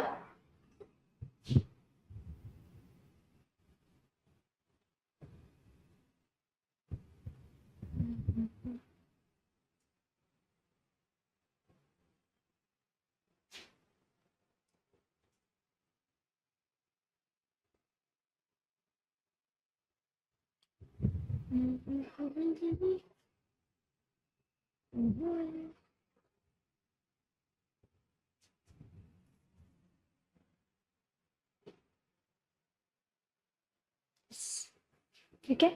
मग नेक्स्ट टॉपिक महाराष्ट्रातील अभयारण्य. ठीक आहे. ह्याच्यावरती जनरली आपल्याला क्वेश्चन कसे दिसतात? जोड्या लावायला. राज्यसेवा असो किंवा कंबाईनला ह्याच्यावरती जोड्या लावण्यासाठीच क्वेश्चन विचारले जातात. अभयारण्य आणि त्यांचा जिल्हा याच्यावरती क्वेश्चन दिसतात. ठीक आहे. सो फर्स्ट आपण विभागावाईज जाऊ. ठीक आहे. सो कोकण विभागातील अभयारण्य सगळ्यात आधी कोकणमध्ये वरती पालघर जिल्हा. पालघरमध्ये आपल्याला सापडतात तुंगारेश्वर अभयारण्य आणि तानसा अभयारण्य. ठीक आहे. सो पालघरमध्ये 2 लक्षात ठेवायचे, तुंगारेश्वर आणि तानसा. नेक्स्ट ठाणेमध्ये आहे ठाणे खाडी, जी फ्लेमिंगो साठी प्रसिद्ध आहे. ही काय आहे महाराष्ट्रातील इम्पॉर्टंट येस रामसर स्थळ आहे. ठीक आहे. सो ठाण्यामध्ये ठाणे खाडी जी फ्लेमिंगो साठी प्रसिद्ध आहे, त्यामुळे रामसर स्थळ आहे ते इम्पॉर्टंट. त्याच्यानंतर रायगडमध्ये आहे कर्नाळा आणि नंतर पुढे आहे नरनाळा. ठीक आहे. दोघांमध्ये कन्फ्युजन होईल, त्यामुळे रायगड लक्षात ठेवायचं. रायगडमध्ये कर्नाळा आणि नरनाळा अकोला. ठीक आहे. त्यामुळे कर्नाळा रायगडमध्ये इम्पॉर्टंट आहे, ह्याच्यावरती विचारतात. नेक्स्ट फणसाड रायगडमध्ये आणि सुधागड रायगडमध्ये. ठीक आहे. त्याच्यानंतर सिंधुदुर्गमध्ये मालवण हे सागरी अभयारण्य आहे. मालवण सिंधुदुर्गमध्ये हे काय आहे सागरी अभयारण्य आहे. ठीक आहे. सो कोकणामध्ये वरती पालघरमध्ये तुंगारेश्वर आणि तानसा.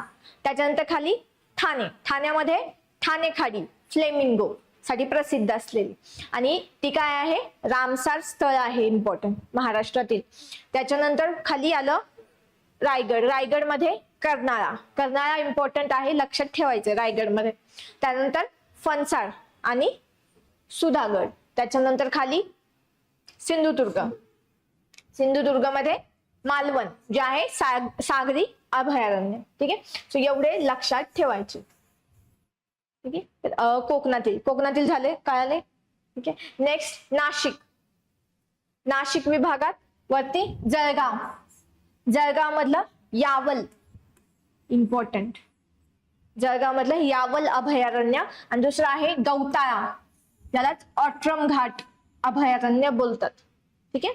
सो गौताळा ऑट्रम घाट जळगाव आणि दुसरं यावल जळगाव. ठीक आहे. इम्पॉर्टंट आहे हे सुद्धा खूप वेळा विचारलं जातं जोड्या लावायला. यावल आणि नंतर गौताळा ऑट्रम जळगाव मध्ये. धुळ्यामध्ये आहे अनेर डॅम किंवा अनेर धरण. ठीक आहे. अनेर धरण आपल्याला माहिती धुळ्यात आहे, त्यामुळे अनेर अभयारण्य धुळ्यामध्ये. नाशिकमध्ये आहे नांदूर मध्यमेश्वर जे आहे पक्षी अभयारण्य. हे पण विचारताना ते अभयारण्य कशासाठी प्रसिद्ध आहे, पर्टिक्युलर प्राण्यांसाठी, कोणत्या प्राण्यासाठी किंवा पक्ष्यासाठी.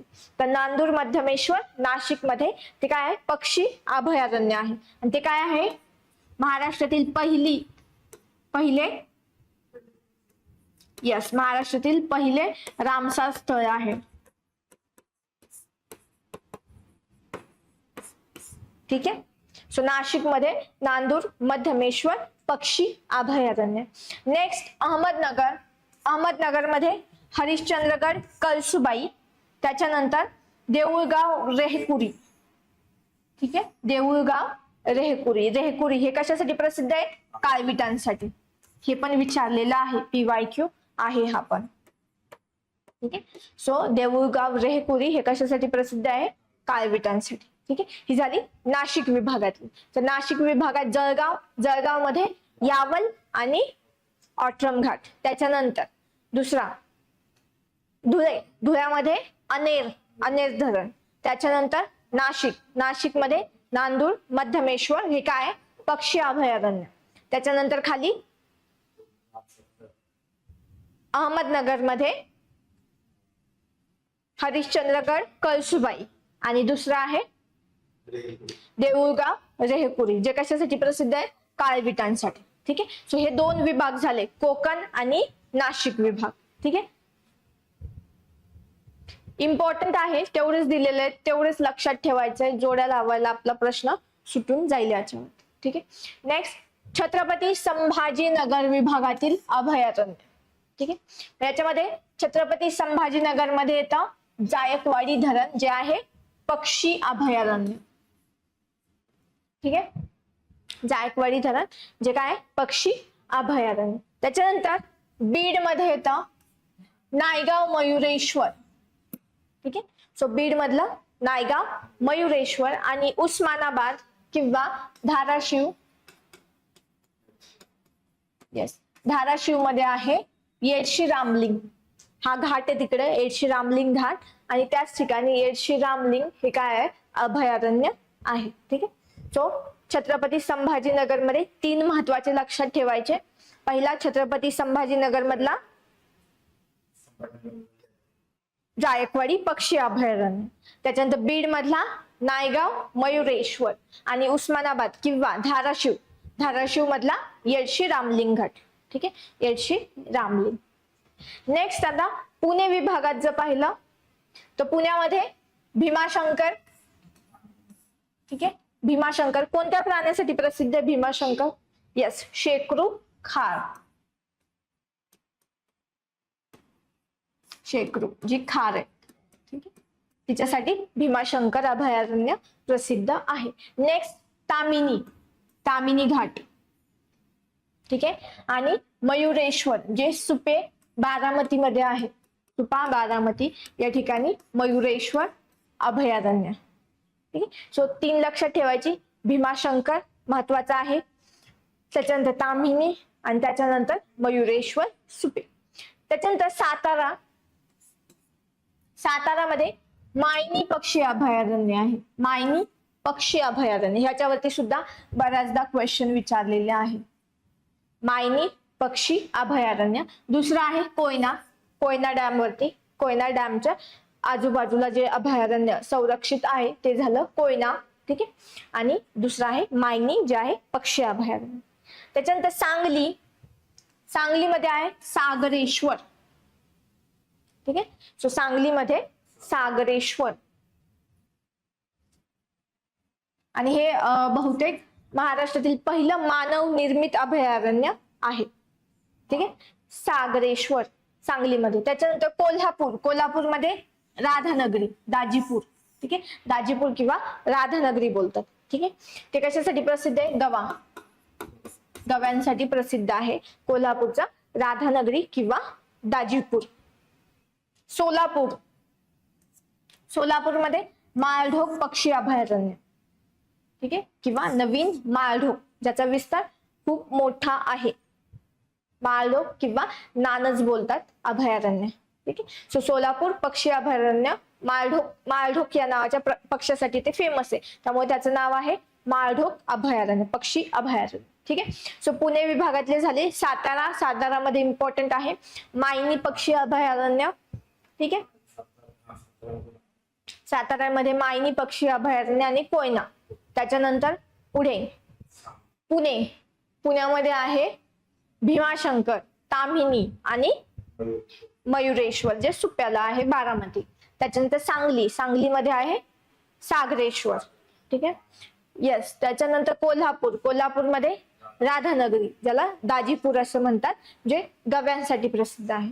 आणि सोलापूरमध्ये येतं माळढोक नानज पक्षी अभयारण्य, जे माळढोक या पक्षासाठी प्रसिद्ध आहे. ठीक आहे, क्लिअर एवढं?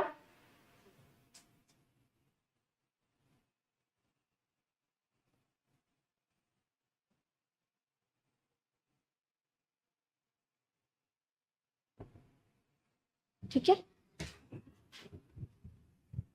हे झाले 2 विभाग, छत्रपती संभाजीनगर आणि पुणे विभागातील अभयारण्य. ठीक आहे, नेक्स्ट नागपूर विभाग. तथा नागपूर विभागामध्ये गडचिरोलीमध्ये आहे चपराळा, त्याच्यानंतर प्राणहिता आणि भामरागड. ठीक आहे, त्याच्यामध्ये चपराळा महत्वाचा आहे. प्राणहिता नदी जाते, त्यामुळे त्या नदीच्या आसपास संरक्षित प्रदेश तो झाला प्राणहिता अभयारण्य. त्याच्यानंतर भामरागड. ठीक आहे, लक्षात ठेवायला सोपं. चपराळा अभयारण्य लक्षात ठेवायचं गडचिरोलीमध्ये, इम्पॉर्टंट. त्याच्यानंतर चंद्रपूरमध्ये येतं अंधारी, कन्हाळगाव आणि घोडझरी. ठीक आहे, याच्यामध्ये इम्पॉर्टंट अंधारी आणि घोडझरे. ठीक आहे, ते लक्षात असले पाहिजे. नागपूर, नागपूरमध्ये मानसिंग देव. ठीक आहे, नागपूरमध्ये मानसिंग देव. त्यानंतर गोंदिया, गोंदियामध्ये नवीन नागझिरा. ठीक आहे, गोंदिया नवीन नागझिरा. आणि वर्धामध्ये बोर आणि नवीन बोर. ठीक आहे, एवढे कुठे नागपूर विभागात. ठीक आहे, सो गडचिरोली, गडचिरोलीमध्ये चपराळा अभयारण्य. त्याच्यानंतर प्राणहिता आणि भामरागड. ठीक आहे, त्याच्यानंतर पुढे चंद्रपूर, चंद्रपूरमध्ये अंधारी. त्याच्यानंतर घोडजडी आणि कन्हाळगाव. त्याच्यानंतर नेक्स्ट येतं नागपूर, नागपूरमध्ये मानसिंग देव. त्याच्यानंतर गोंदिया, गोंदियामध्ये नवीन नागझिरा. आणि वर्धामध्ये बोर आणि नवीन बोर. ठीक आहे, हे झालं नागपूर विभाग. त्याच्यानंतर अमरावती विभागात, अमरावतीमध्ये मेळघाट. ठीक आहे, आणि दुसरा आहे वाण. ठीक आहे, सो मेळघाट आणि वाण, अमरावतीमध्ये मेळघाट हे विचारलं जातं. ठीक आहे, नेक्स्ट बुलढाणा, बुलढाणामध्ये येतं अंबाबरवा, ज्ञानगंगा आणि लोणार. ठीक आहे, अंबाबरवा, ज्ञानगंगा आणि लोणार. त्याच्यानंतर अकोला, अकोलामध्ये येतं हे सांगितलं ना, काटेपूर्णा आणि नरनाळा पक्षी अभयारण्य. कर्नाळा आणि नरनाळा, कर्नाळा रायगड आणि नरनाळा अकोला हे विचारलं जातं, बऱ्याच वेळा कन्फ्युजन होतं त्यामुळे. यवतमाळमध्ये टिपेश्वर पक्षी अभयारण्य, टिपेश्वर आणि इसापूर. नांदेडमध्ये पेनगंगा, टिपेश्वर महत्वाचं यवतमाळमध्ये. नांदेडमध्ये पेनगंगा. वाशिम मध्ये कारंजा सोहळ जे काळविटांसाठी प्रसिद्ध आहे. ठीक आहे, सो वाशिम मध्ये कारंजा सोहळ जो काळविटांसाठी प्रसिद्ध आहे. ठीक आहे, या ही झाली अमरावतीमध्ये. तर अमरावतीमध्ये कोणती सापडतात मग? सगळ्यात पहिल्यांदा अमरावती, अमरावतीत मेळघाट. ठीक आहे, आणि वाण. त्याच्यानंतर बुलढाणा, बुलढाणामध्ये अंबाबरवा, ज्ञानगंगा आणि लोणार. अजून पुढे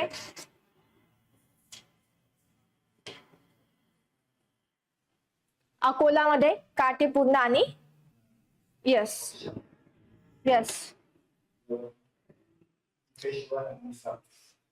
यवतमाळमध्ये टिपेश्वर आणि इसापूर.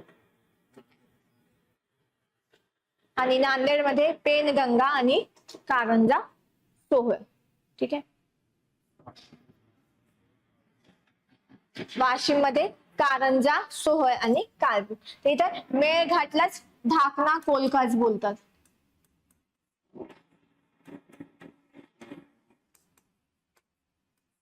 ठीक आहे, मेळघाटलाच ढाकणा कोलकाज असं सुद्धा म्हणतात. ठीक आहे, अल्टरनेट नावं विचारू शकतो. ठीक आहे, क्लिअर? एवढा भाग क्लिअर झाला?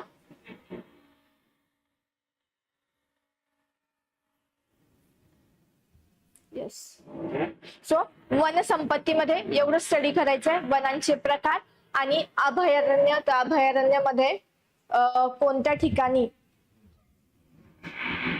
ऑफलाईन क्लासेस जॉईन करायचे असेल तर MPSC गाईड किंवा UPSC गाईडच्या ऑफिस वरती कॉल करा आणि पुण्यात येऊन ऑफलाईन क्लासेस जॉईन करता येतील.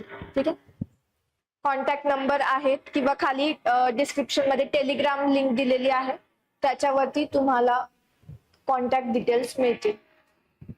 ठीक आहे, सो वनसंपत्तीमध्ये आपल्याला एवढाच पार्ट स्टडी करायचा आहे. जोड्या लावायला विचारतील, याच्यामध्ये झाडांची नावं जी आहेत वरती ती सगळी पाठ करत बसायची नाही, इम्पॉर्टंट आहेत तेवढीच लक्षात ठेवली तरी चालेल. ठीक आहे, कारण की बऱ्याचदा झाडं मिक्सअप होतात, वेगवेगळ्या वनांमध्ये सापडतात, त्यामुळे पर्टिक्युलरली ते झाड त्याच ठिकाणी आढळेल असं नाही. सो एवढा झालेलं आहे. ठीक आहे, सो क्लिअर? ह्याच्यातून आपला फिजिकल जिओग्राफी जो आहे किंवा प्राकृतिक जो पार्ट होता महाराष्ट्र आणि भारत तो आपण पूर्ण कव्हर केलेला आहे, इन्क्लुडिंग क्लायमेटॉलॉजी किंवा हवामानशास्त्र. हवामानशास्त्र, पर्जन्यमान, तापमान सगळं आपण कव्हर केलंय. ठीक आहे. त्यामुळे फिजिकल जिओग्राफी टोटली आपलं झालेलं आहे सिलेबस कव्हरेज. आता आपल्याला ह्युमन जिओग्राफी म्हणजेच सामाजिक भूगोल किंवा मानवी भूगोल त्याच्याकडे वळायचं. त्याच्यामध्ये आपण पहिला एका लेक्चरला कोणता टॉपिक कव्हर केला होता, मानवी वस्ते आणि तांडे. ठीक आहे, तो टॉपिक आपण कव्हर केला होता. स्थलांतर टॉपिक आपण कव्हर केलाय. ठीक आहे, मग ह्याच्यामध्ये काय राहिलंय फक्त आपला लोकसंख्या. ठीक आहे, लोकसंख्या टॉपिक राहिले, आपण आता त्याला सुरुवात करू. ठीक आहे, लोकसंख्याला. त्याच्या आधी खनिज संपत्ती टॉपिक आहे, ऊर्जा संपत्ती आहे, तर तो सुद्धा आपण आधी कव्हर केलेला आहे, व्हिडिओ आहे तो बघून घ्यायचा आहे. ठीक आहे, हा टॉपिक सुद्धा खनिज संपत्ती वगैरे याच्यावरतीच आपल्या क्लायमेट वरती आणि मृदा संपत्ती किंवा खडक प्रणाली ह्याच्यावरतीच अवलंबून आहे आणि आपण ते पाहिलं. ठीक आहे, सो लोकसंख्या टॉपिक पाहिला. आपली लोकसंख्या कधी झालेली आहे, लोकसंख्या लास्ट जनगणना कधी, 2011. ठीक आहे, 2011 झाली आणि व्हायला किती वर्षांनी होते आपल्याकडे लोकसंख्या जनगणना, दर 10 वर्षांनी. ठीक आहे, दर 10 वर्षांनी आपल्याकडे लोकसंख्या होते. परंतु 2021च्या काळात काय होता, कोविड, त्यामुळे ही जनगणना झाली नाही. त्यामुळे जो डेटा आहे आपल्याकडे तो कोणता आहे, 2011चा. मग 2011च्या डेटावरती जवळजवळ 2013 पासून 2000 आता कोणता आहे, 25चा पेपर झाला, 25 पर्यंत आपल्याला याच डेटावरती क्वेश्चन विचारला जातो. त्यामुळे काय झालंय, आधी आयोग काय विचारायचं याच्यावरती जनरली,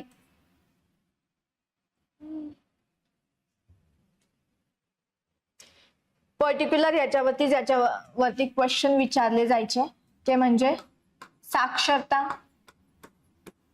घनता. ठीक आहे, त्याच्यानंतर वाढ झालेले, कमी झालेले, त्याच्यानंतर निगेटिव्ह वाढ झालेले. ठीक आहे, लिंग गुणोत्तर, त्याच्यानंतर बाल लिंग गुणोत्तर,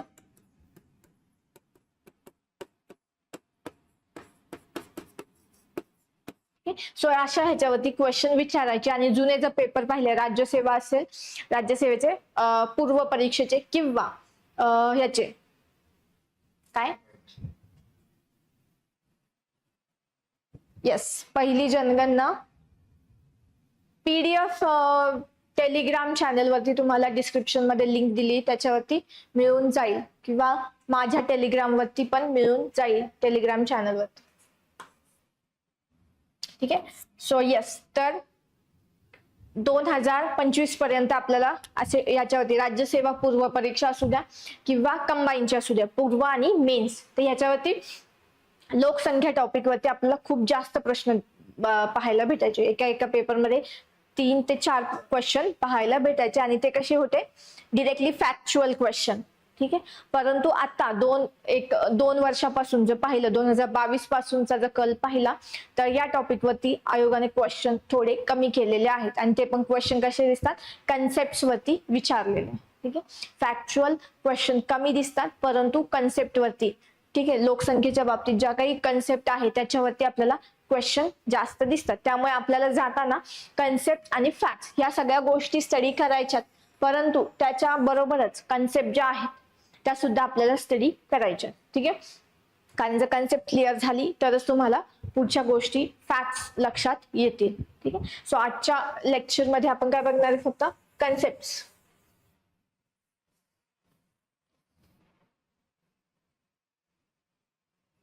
कन्सेप्ट पाहणार आहोत.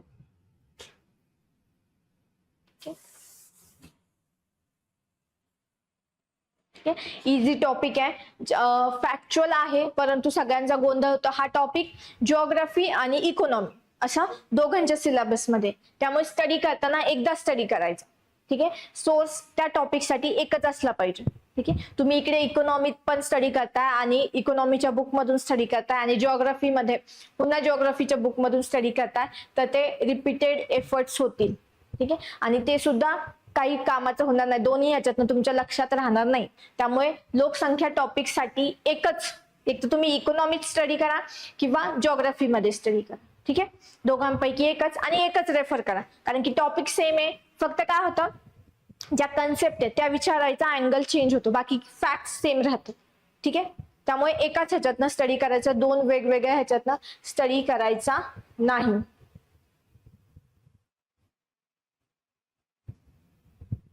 येस, सरळ सेवेसाठी हे व्हिडिओ जे आहे उपयोगी पडतील. ठीक आहे, कारण की ज्यावेळेस तुम्ही सरळ सेवा किंवा इतर सेवा करता तर कोणतीही एक्झाम करताना त्याच्या वरच्या लेवलच्या एक्झामचा तुमचा स्टडी असला पाहिजे. ठीक आहे, त्यामुळे सरळ सेवा करत असेल तर ग्रुप बीचा असेल, ठीक, ग्रुप सी असेल तर याचा स्टडी जर व्यवस्थित झालेला असेल तर सरळ सेवाला मार्क्स जास्त येतील, फायदा होतो, कारण की तुमचा एक स्टेप पुढे अभ्यास झालेला असतो बाकीच्या मुलांपेक्षा. जर तुम्ही कंबाईन साठी करताय तर तो तुमचा अभ्यास राज्यसेवा लेवलचा प्रिलिम साठी तरी तेवढा पाहिजे. ठीक आहे, वन स्टेप आहेड, एक स्टेप वरती आपला अभ्यास पाहिजे, त्यावेळेस आपण कॉम्पिटिशन मध्ये तग धरू शकतो. ठीक आहे,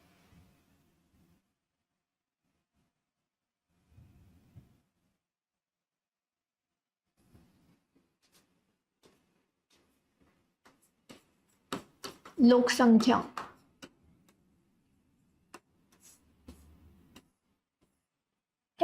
लोकसंख्या, तर ह्याच्यात आपण फक्त आज कन्सेप्ट पाहू, कोणकोणत्या महत्वाच्या कन्सेप्ट आहेत. ओके, सो यस, पहिली जी लोकसंख्या झाली कधी झाली, 1872 ला. ठीक आहे, रिपनच्या काळात. ठीक आहे, त्याच्यानंतर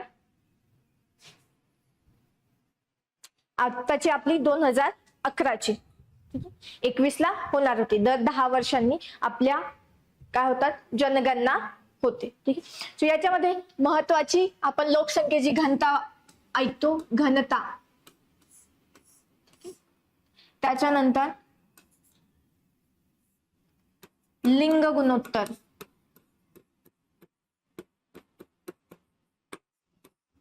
ठीक आहे, साक्षरता.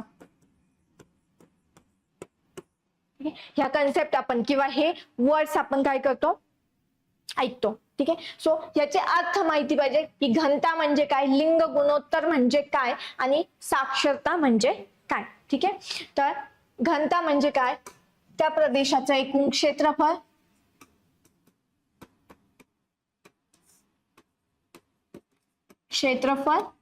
आणि त्या ठिकाणी असणारी लोकसंख्या किंवा त्या ठिकाणी त्या क्षेत्रफळामध्ये राहणारी लोकसंख्या. ठीक आहे, सो प्रदेशाचे क्षेत्रफळ आणि प्रदेशातील एकूण लोकसंख्या.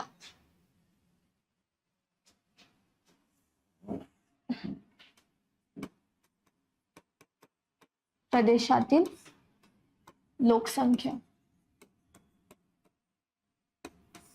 ठीक आहे, हे झालं लोकसंख्येची घनता. म्हणजे काय होतं की जर डिफाईन करायचं झालं तर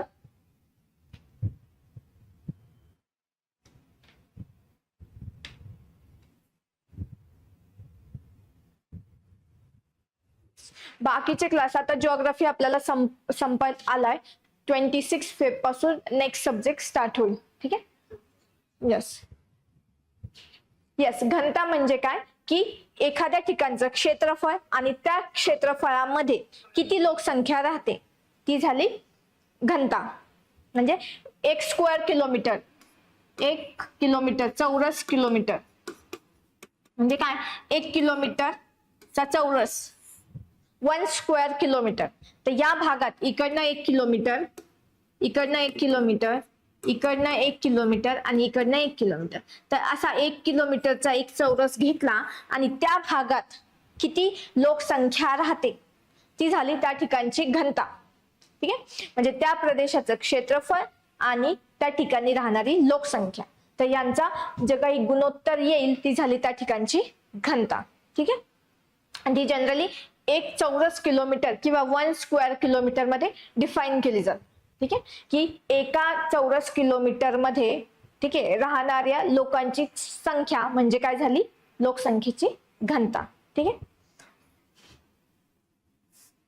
म्हणजे जर आपण म्हटलं की एखाद्या ठिकाणची लोकसंख्या 300 आहे, तर याचा काय होतं, त्या ठिकाणी 1 किलोमीटरचा हा जो चौरस आहे, तर ह्या 1 किलोमीटरच्या क्षेत्रफळामध्ये किती लोक राहतात, 300. ठीक आहे, 300 झाली. एखाद्या ठिकाणी 1000 असेल तर तेवढ्याच भागात 1 किलोमीटरच्या ह्याच्यात किती लोक राहतात, 1000. मग कुठे लोकसंख्येची घनता जास्त कुठे येणार, ही लोकसंख्येची घनता ह्या दोघांपैकी जास्त कोणती येणार. 1 किलोमीटरच्या चौरस मध्ये 300 लोक राहत आहेत आणि 1 किलोमीटरच्या चौरस मध्ये 1000 लोक राहत आहेत, तर लोकसंख्येची घनता जास्त कुठे, ज्या ठिकाणी 1000 लोक राहतात. कारण की ते 1 किलोमीटर मध्ये तेवढ्याच जागेत तेवढे जास्त लोक राहत आहेत, 3 पट जास्त लोक राहत आहेत, त्यामुळे काय होणार, जास्त गर्दी. तर लोकसंख्येची घनता जास्त म्हणजे त्या ठिकाणी कमी क्षेत्रफळामध्ये जास्त लोक राहत आहेत. जसं की मुंबईची घनता जास्त, दिल्लीची लोकसंख्येची घनता जास्त, ठाणेची लोकसंख्येची घनता जास्त, कारण की कमी एरियामध्ये जास्तीत जास्त लोक त्या ठिकाणी आपल्याला राहायला दिसतात. ठीक आहे, येस. सो पहिलं काय आलं, घनता म्हणजे काय, लोकसंख्येची घनता म्हणजे काय, एखाद्या क्षेत्रफळामध्ये किंवा 1 चौरस किलोमीटर मध्ये किती लोकसंख्या राहते त्या प्रदेशात, ती झाली लोकसंख्येची घनता. ठीक आहे. सो लिंग गुणोत्तर म्हणजे काय, तर एखाद्या प्रदेशातील पुरुष लोकसंख्या आणि त्या प्रदेशात राहणाऱ्या स्त्री लोकसंख्या, स्त्रियांची लोकसंख्या, ठीक आहे, गुणिले 1000, हे झालं लिंग गुणोत्तर. ठीक आहे. मग आपण काय बोलतो, दर 1000 पुरुषांमागे असणारी स्त्रियांची संख्या म्हणजे लिंग गुणोत्तर. ठीक आहे, आपण पुरुष लोकसंख्येच्या मागे स्त्रियांची असणारी लोकसंख्या, ज्या ठिकाणी आपण बोलतो एखाद्या ठिकाणची लोकसंख्या लिंग गुणोत्तर 919 आहे, ह्याचा अर्थ त्या ठिकाणी 1000 पुरुष असतील तर स्त्रिया किती असतील त्यांच्या मागे, 919, म्हणजे तेवढ्याने स्त्रिया कमी असतील. ठीक आहे. सो लिंग गुणोत्तर, मग लिंग गुणोत्तर काही ठिकाणी आपल्याला 1000 पेक्षा जास्त सापडतं, म्हणजे की त्या ठिकाणी स्त्रियांची संख्या पुरुषांपेक्षा जास्त सापडते. फॉर एक्झाम्पल आपल्याकडे रत्नागिरी, सिंधुदुर्ग आणि भारतात केरळ या ठिकाणी. ठीक आहे. सो लिंग गुणोत्तर कन्सेप्ट काय, की दर 1000 पुरुषांमागे असणारी स्त्रियांची लोकसंख्या, किंवा फॉर्म्युला काय, स्त्रियांची लोकसंख्या त्या प्रदेशातील डिवाइड बाय पुरुषांची लोकसंख्या गुणिले 1000. ठीक आहे. त्यानंतर साक्षरता. ठीक आहे, त्यानंतर काय, साक्षरता. ठीक आहे, तर आपल्याकडे साक्षरतेची डेफिनेशन म्हणजे काय, की 7 वर्ष. ठीक आहे, 7 वर्षावरील कोणतीही व्यक्ती जी लिहू किंवा वाचू शकते, जिला अक्षरांची ओळख आहे, अशी कोणती व्यक्ती, ती झाली साक्षर. ठीक आहे, म्हणजे जिचं वय 7 वर्षांपेक्षा जास्त असायला हवं, 7 किंवा 7 वर्षांपेक्षा जास्त, तिला काय यायला हवं, लिहिता वाचता. लिहिता व वाचता येत असेल तर तिला आपण काय बोलणार, साक्षर. ठीक आहे, लिहिता वाचता येत असेल तर तिला आपण बोलणार साक्षर.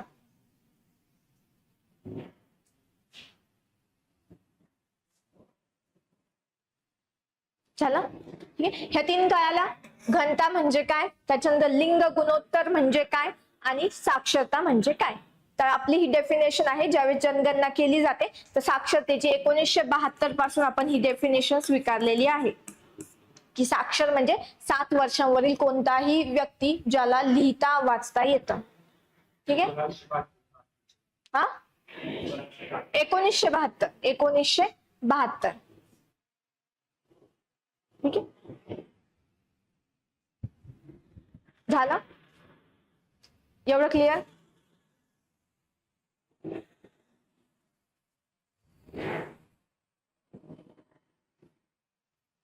ठीक आहे, नेक्स्ट जन्मदर.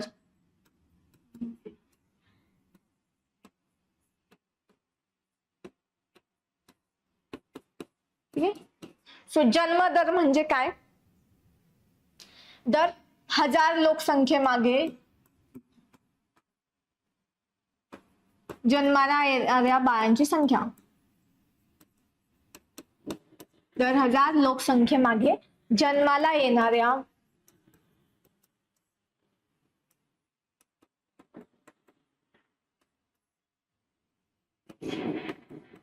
संख्या,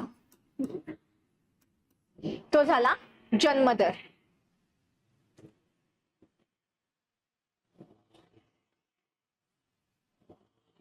सो जन्मदर म्हणजे काय?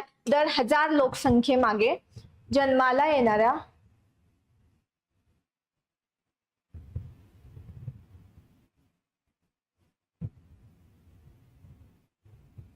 ठीक आहे.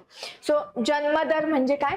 दर 1000 लोकसंख्येमागे जन्माला येणाऱ्या बालकांची संख्या किंवा जीवित बालकांची संख्या. जन्माला येणाऱ्या जीवित बालकांची संख्या म्हणजे किती जन्माला येणारे बालक जिवंत राहतात 1000 मागे, ते झाले जन्म दर. ठीक आहे. सो जन्मदर म्हणजे काय? दर 1000 लोकसंख्येमागे जन्माला येणाऱ्या जीवित बालकांची संख्या म्हणजे जन्मदर. आणि मृत्यूदर म्हणजे काय? दर 1000 लोकसंख्येच्या मागे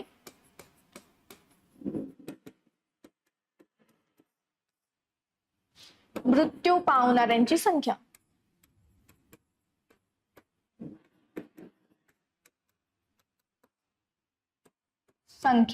ठीक आहे. ती झाला, तो झाला मृत्यूदर. मृत्यूदर म्हणजे काय? म्हणजे एका वर्षात दर 1000 लोकसंख्येमागे किती लोक मृत्यू पावतात, तर तो झाला मृत्यूदर. ठीक आहे. म्हणजे 1000मध्ये किती, सपोज जर 82 मेले एका वर्षात, 1000 लोकसंख्येमागे 82 मेले, तर आपला मृत्यूदर किती झाला? 82. ठीक आहे. बोलणे येत नाही, बोलणं सगळ्याला येतं, पण डेफिनेशन आहे साक्षरतेची की लिहिता आणि वाचता यायला पाहिजे. कोणती एक भाषा लिहिता किंवा वाचता यायला पाहिजे. ठीक आहे. बोलता आलं तर तो साक्षर होतो असं नाही, बोलता सगळ्यांनाच येतं. ठीक आहे. पण लिहिता आलं पाहिजे आणि वाचता आलं पाहिजे, त्यावेळेस आपण त्याला काय मोजणार? साक्षरतेमध्ये मोजलं जाणार. ठीक आहे. ह्या दोन झाल्या जन्मदर आणि मृत्यूदर. जन्मदर आणि मृत्यूदर 1000 लोकसंख्येमागे मेजर केले जातात. लक्षात ठेवायचं, इथं 1000 त्याच्यानंतर लाख केलं जातं बऱ्याचदा ऑप्शन मध्ये. 1000 मागे जन्माला आलेली मुलं किंवा जन्म घेतलेली जीवित संख्या ती झाली जन्मदर, आणि 1000 मागे मृत्यूदर. ठीक आहे. एवढं लक्षात ठेवायचं. 1000 आहे तिथे. ठीक आहे. नेक्स्ट,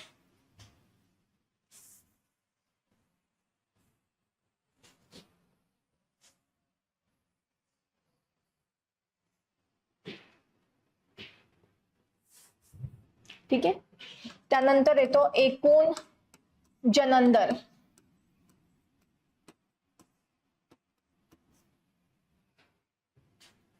ठीक आहे. ह्याचं काय होतं की स्त्रीच्या एकूण प्रजनन काळात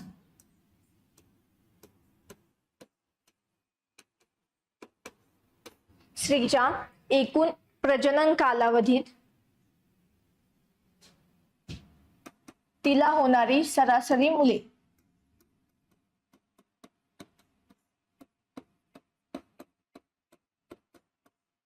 सरासरी मुले. तो हा झाला एकूण जनन दर.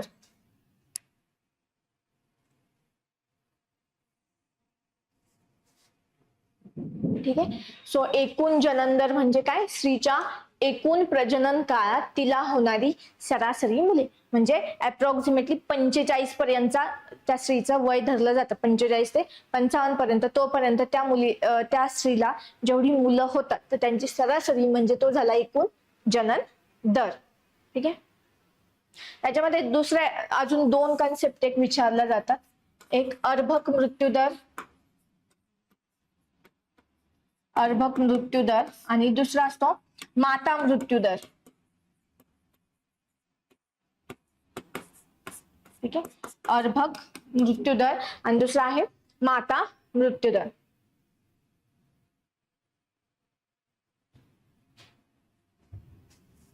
ठीक आहे. अर्भक मृत्यूदर म्हणजे काय? 1000 मुले जी जन्माला येतात,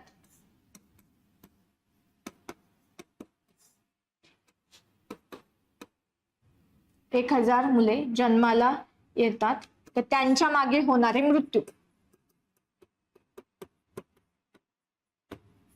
म्हणजे 1000 मुलं जी जन्माला आली तर त्यांच्यामध्ये किती मुलं मृत्यू पावली, तो झाला अर्भक मृत्यूदर. मग याच्यामध्ये यांचं वय असलं पाहिजे 1 वर्ष. 1 वर्ष, 1 वर्षाच्या आत किती मुलं, 1000च्या मागे किती जन्माला आलेली मुलं मृत्यू पावली, ठीक आहे, ती झाली अर्भक मृत्यूदर. आणि माता मृत्यूदर म्हणजे 1,00,000 मुलं जी जन्माला आली, ठीक आहे, 1,00,000 मुले जी जन्माला आली त्यांच्या मागे किती माता मृत्यू पावल्या,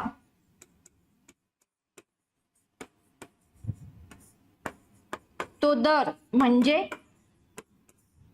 झाला माता मृत्यूदर.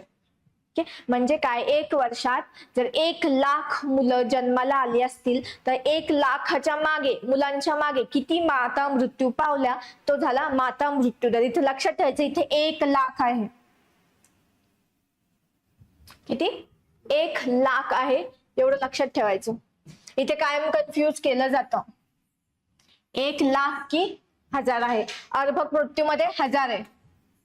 1000 मागे किती मुलं मृत्यू पावली, तो झाला अर्भक मृत्यूदर. आणि 1,00,000 मुलांमागे किती माता मृत्यू पावल्या, तो झाला माता मृत्यू दर. ठीक आहे, क्लिअर एवढं?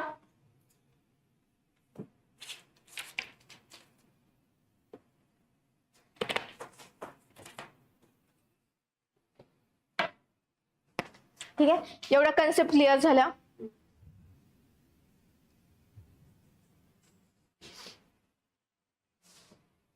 ठीक आहे, नेक्स्ट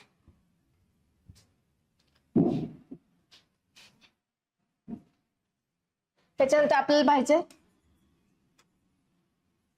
क्लिअर. ठीक आहे, लोकसंख्या वाढीचे टप्पे.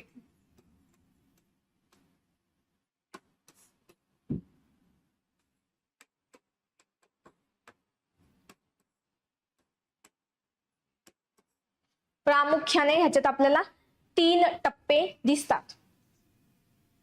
ठीक आहे, प्रामुख्याने 3 टप्पे दिसतात आपल्याला.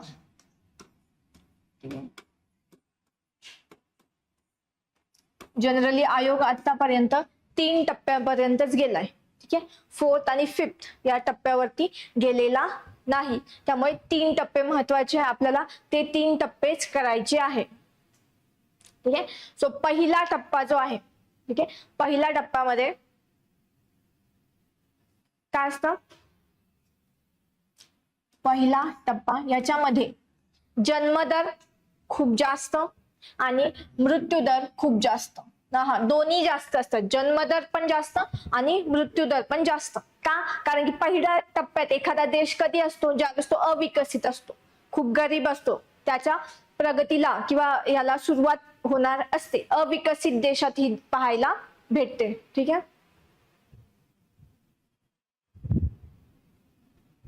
ठीक आहे. सो पहिला टप्पा जन्मदर जास्त आणि मृत्यूदर दोन्ही पण जास्त. जन्मदर जास्त आहे, मृत्यूदर जास्त आहे, तर लोकसंख्या कशी असणार?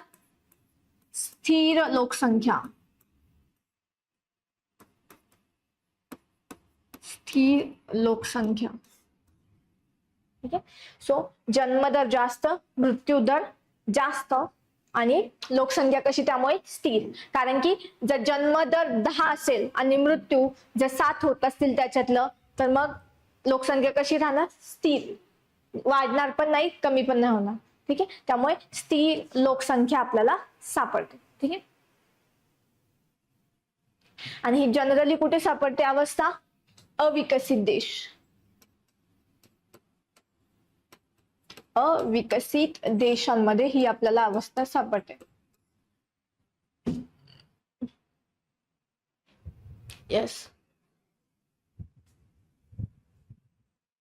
ठीक आहे. सो पहिला टप्पा आपला, हा पहिला टप्पा कधी होता भारतामध्ये? भारतामध्ये आपल्याला हा पहिला टप्पा दिसतो 1901च्या आधीचा. 1901च्या आधी जी होती, तर आपल्याला हा टप्पा दिसतो 1901च्या आधी.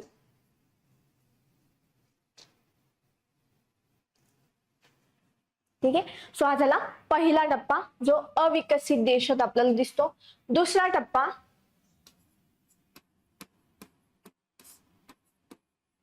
ठीक आहे. आता दुसऱ्या टप्प्यात काय होतं की देशातील जे काही आरोग्य व्यवस्था आहे त्याच्याकडे हळूहळू लक्ष द्यायला सुरुवात केली जाते किंवा आरोग्य व्यवस्था हळूहळू प्रगती करायला लागते. त्यामुळे काय होतं, मृत्यू दर जो आहे तो कमी व्हायला सुरुवात होते. ठीक आहे. मृत्यू दर कमी व्हायला सुरुवात होते आणि त्यामुळे आता या ठिकाणी मृत्यू दर जास्त होता, त्यामुळे जन्मदर जास्त होता, कारण की लोकांना गॅरंटी नव्हती किती मुलं टिकतील. ठीक आहे. त्यामुळे जन्मदर आधीच जास्त ठेवायचे. ठीक आहे. आता इकडे काय झालं, मृत्यू दर कमी झाला. मृत्यू दर दुसऱ्या टप्प्यात कमी झाला. का कमी झाला? कारण की आरोग्य व्यवस्था देशाची हळूहळू प्रगती करायला लागली. ठीक आहे. नवीन औषधं आली, नवीन मेडिसिन, नवीन लसी आल्या, त्यामुळे मृत्यूदर कमी व्हायला, आटोक्यात आणायला काय झालं, प्रयत्न करण्यात आले आणि तो आटोक्यात आला. परंतु लोकांची टेंडन्सी जुनीच होती. ठीक आहे, की पुन्हा काय होतंय का नाही गॅरंटी नाही. त्यामुळे काय झालं, जन्मदर आहे तसाच, जन्मदर जास्तच राहिला. ठीक आहे. ज्या प्रमाणात मृत्यूदर कमी झाला त्याच्या कंपॅरिझन मध्ये जन्मदर जो आहे तो वाढला, कमी झाला नाही, जन्मदर जास्तच राहिला. त्यामुळे काय झालं, लोकसंख्या विस्फोट.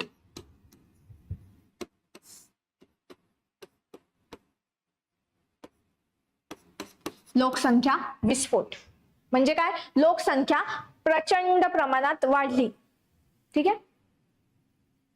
लोकसंख्या काय झाली, प्रचंड प्रमाणात वाढली, त्यामुळे झाला लोकसंख्येचा विस्फोट. आणि ही अवस्था आपल्याला दिसते विकसनशील देश. विकसनशील देश जसे की भारत. विकसनशील देश आपल्याकडे ही लोकसंख्या विस्फोट आपल्याकडे पाहायला भेटला, कारण की विकसनशील देश हळूहळू प्रगती करायला सुरुवात करतात. ठीक आहे. आरोग्य व्यवस्था सुधारते, परंतु जन्मदर कमी करण्यात त्यांना तेवढा त्या स्टेजमध्ये सफलता येत नाही. त्यामुळे जन्मदर जास्त राहतो आणि मृत्यूदर कमी होतो. त्यामुळे लोकसंख्या विस्फोट पाहायला भेटतो. ह्याच्यावरती क्वेश्चन विचारतात की लोकसंख्या विस्फोट कोणत्या स्टेजमध्ये दिसतो. ठीक आहे. किंवा इथं विचारलं जातं अशी स्टेज की ज्यामध्ये जन्मदर जास्त आहे परंतु मृत्यूदर कमी झाला, ही स्टेज कोणती लोकसंख्येची, तर मग कोणती, दुसरी स्टेज. किंवा जन्मदर जास्त आणि मृत्यूदर कमी अशी लोकसंख्येची अवस्था कोणत्या देशामध्ये पाहायला भेटते, विकसनशील देश. ठीक आहे. सो याच्यावरतीच क्वेश्चन फिरवून विचारले जातात. ठीक आहे. सो जन्मदर जास्त आणि मृत्यूदर कमी. ठीक आहे. आपल्याकडे ही स्टेज जी आहे ती कधी दिसली, 1951 नंतर 1981 पर्यंत आपल्याकडे लोकसंख्या विस्फोट दिसून आला भारतामध्ये. ठीक आहे. 1951 नंतर 1981 पर्यंत लोकसंख्या प्रचंड वेगाने वाढली आणि लोकसंख्येचा विस्फोट आपल्याकडे पाहायला भेटला. ठीक आहे. सो हा झाला दुसरा टप्पा. आता तिसऱ्या टप्प्यात काय होतं,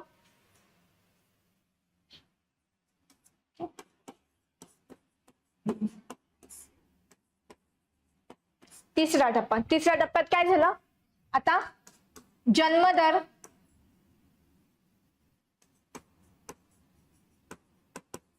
जन्मदर काय झाला, कमी झाला. कारण की आता गव्हर्नमेंटने लक्ष कुठे दिलं? जन्मदर कमी करण्यावरती. लोकसंख्येचा विस्फोट झाला, आपल्या त्यांना काय आलं की मृत्यूदर तर आपण आटोक्यात आणलाय, परंतु जन्मदर आपण आटोक्यात आणू शकलो नाही. त्यामुळे जन्मदर कमी, तसेच जे आरोग्य व्यवस्था आहे लोकांचा त्याच्यावर विश्वास बसला, त्यामुळे मृत्यूदर कमी होताना दिसले. त्यामुळे जन्मदर सुद्धा कमी आणि मृत्यूदर कमी. ठीक आहे. सो याच्यात काय झालं?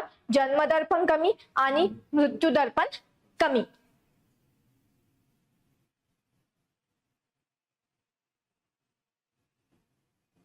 ठीक आहे. त्यामुळे लोकसंख्या वाढीचा दर कसा झाला? कमी.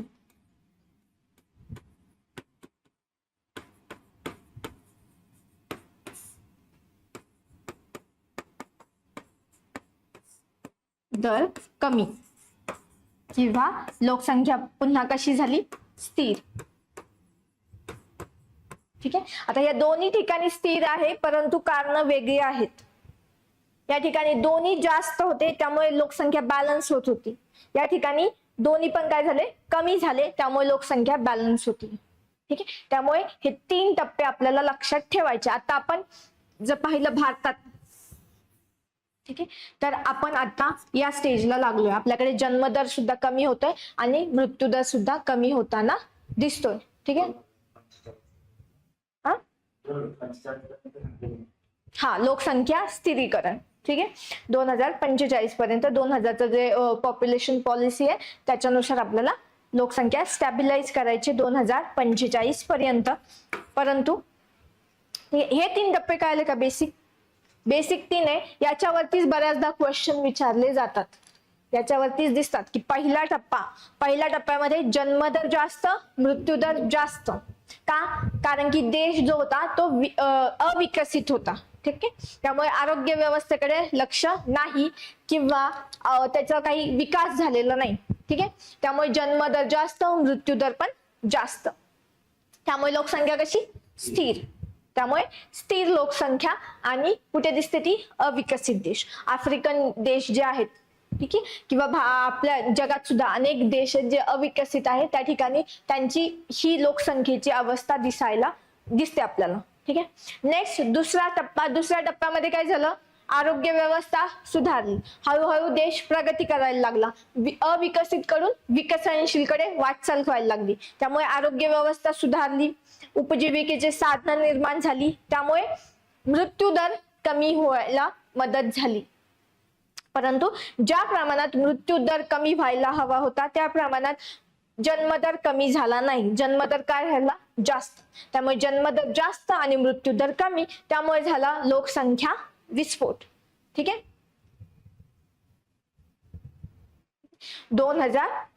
लोकसंख्या विस्फोट. ठीक आहे. लोकसंख्या विस्फोट झाला आणि ही स्टेज आपल्याला दिसली विकसनशील देशात. त्यामुळे विकसनशील देशामध्ये काय? लोकसंख्या जास्त आणि त्यामुळे त्यांच्या समोर प्रॉब्लेम येतोय अनएम्प्लॉयमेंट किंवा बेरोजगारीचा. ठीक आहे. आपल्यासारख्या देशात, भारतामध्ये आपल्याला बेरोजगारी बघायला भेटते. का? कारण की ज्या प्रमाणात लोकसंख्या वाढली, लोकसंख्येचा विस्फोट झाला, त्या प्रमाणात आपण जॉब तयार करू शकलो नाही आणि त्यामुळे आपल्याला दिसतं मायग्रेशन किंवा स्थलांतर बाहेरच्या देशामध्ये. भारतीय लोक तुम्हाला सगळ्या देशात सापडतील. ठीक आहे. तो लोकसंख्या विस्फोट. तिसरा टप्पा, शेवटचा टप्पा आला की ज्याच्यात काय झालं? आरोग्य व्यवस्था सुधारली. देश विकसनशील देशाकडून आपण गेलो विकसित होण्यासाठी. ठीक आहे. विकसित. ठीक आहे. विकसित देश. ठीक आहे. तर याच्यात काय होतं?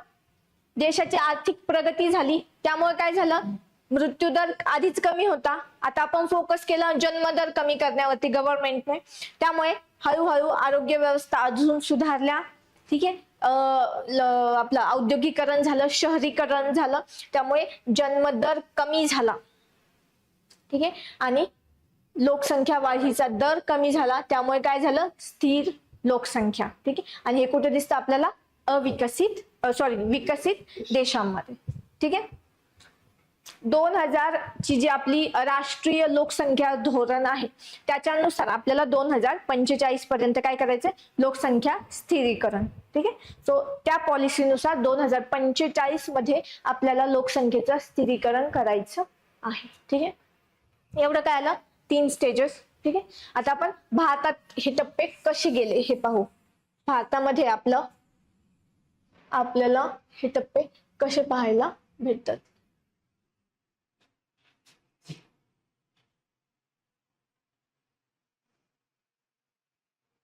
ठीक आहे. तर आपल्याकडे पहिला टप्पा जो होता,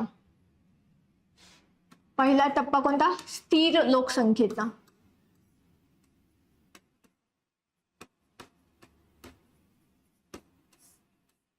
ठीक आहे. सो हा टप्पा आपल्याला दिसला 1901 ते 1921 या काळात.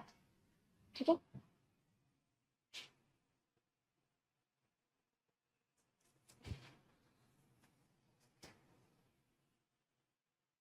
ठीक आहे. यावेळेस काय होतं, स्थिर लोकसंख्या. ठीक आहे. जन्मदर जास्त, मृत्यूदर जास्त.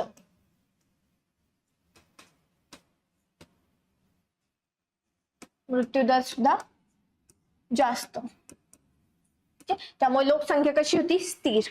परंतु याच्यामध्ये 1901 ते 1911, ठीक आहे, 1911 ते 1921 या काळात काय झालं, लोकसंख्येची ऋणात्मक वाढ.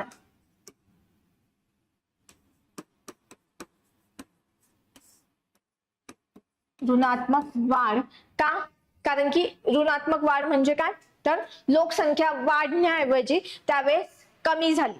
ठीक आहे. जवळजवळ -0.31% ने कमी झाली. का, कारण की 1914 ते 1919 काय होता, पहिले महायुद्ध. त्यानंतर त्याच कालावधीत आला होता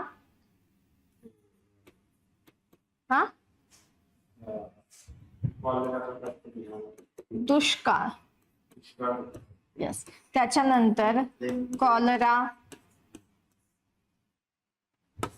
महामारी. सो या सगळ्या कारणामुळे काय झालं, मृत्यू दर वाढला आणि त्यामुळे लोकसंख्येचा जो हे होता, ठीक आहे, काय वाढ जी होती ती कशी झाली, ऋणात्मक. कॉलरा असेल, त्याच्यानंतर टीबी क्षयरोग असेल, अशा इन्फ्लुएन्झा वगैरे अशा महामारीचा प्रसार होत होता. दुष्काळ होता, त्याच्यानंतर पहिले महायुद्ध होते. त्यामुळे काय झालं, ऋणात्मक वाढ आपल्याला भारतात यावेळी दिसली. 1911 ते 21. 1911 ते 21.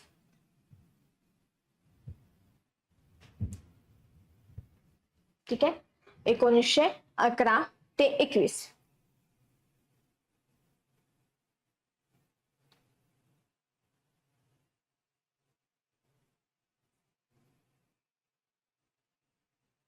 ठीक आहे.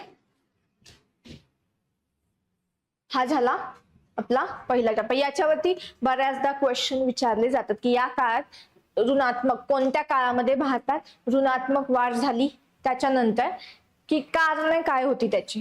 ठीक आहे. सो पहिले महायुद्ध, दुष्काळ असेल, त्याच्यानंतर कॉलरा यांची महामारी यांचा हे उद्रेक. ठीक आहे.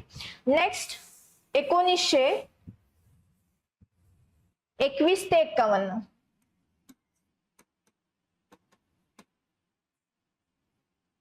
1921 ते 1951 या काळात काय झालं, आपला जन्मदर जास्तच राहिला परंतु मृत्यूदर कमी.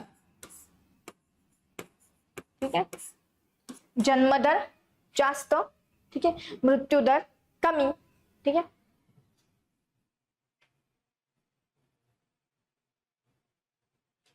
त्यामुळे या काळात, परंतु हा जो डिफरन्स होता जन्मदर आणि मृत्यूदर मध्ये हा जास्त नव्हता, त्यामुळे ही संख्या लोकसंख्या कशी वाढली? संथपणे. म्हणजे ही संथ का वाढली? तर मृत्यूदर कमी झाल्यामुळे. जन्मदर जो जास्त होता तो जास्तच राहिला, परंतु मृत्यूदर कमी झाला, त्यामुळे वाढ कशी झाली? संथपणे. ठीक आहे. नंतर आला महत्वाचा टप्पा, तो म्हणजे 1951 ते 1981, ज्याला आपण बोलतो भारतातील लोकसंख्येचा विस्फोट. लोकसंख्येचा विस्फोट. ठीक आहे. सो या काळात आपली जन्मदर जास्तच राहिला, पण मृत्यूदर आधीपेक्षाही कमी झाला. त्यामुळे ही स्टेज जी आहे लोकसंख्येचा विस्फोट, ती आपण कोणत्या वर्षात अनुभवली? 1951 ते 1981. का? कारण की स्वातंत्र्यानंतर काय झालं? आपल्या आरोग्य सेवामध्ये सुधारणा झाल्या. ठीक आहे. लोकांचं राहणीमान सुधारलं, त्यामुळे मृत्यूदर कमी झाले, परंतु त्या मानाने जन्मदर कमी झाला नाही. त्यामुळे आपल्याला इथे दिसला लोकसंख्येचा विस्फोट. ठीक आहे. झालं.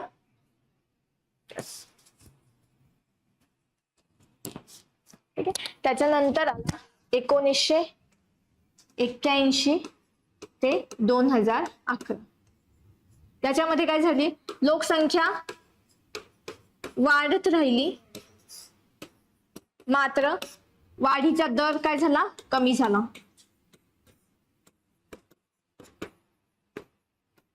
वाढीचा दर कमी झाला आपला. ठीक आहे.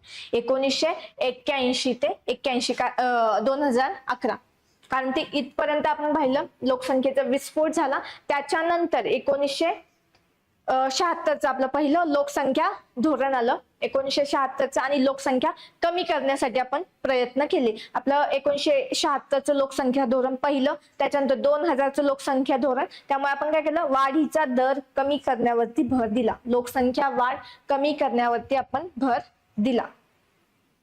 ठीक आहे. मग आता आपल्याकडे लास्ट 15.9 ठीक आहे आपला होता महाराष्ट्राचा लोकसंख्या वाढीचा दर. ठीक आहे. सो आणि भारताचा 17. सो लोकसंख्या वाढीचा दर कमी केलाय, परंतु लोकसंख्या आपली कशी आहे? वाढलेली आहे, परंतु वाढीचा दर जो आहे तो कमी झाला. ठीक आहे. सो हे टप्पे. परंतु भारतातले काही राज्य पाहिली तर आपल्याला वेगवेगळ्या टप्प्यावरती आढळतील. केरळ,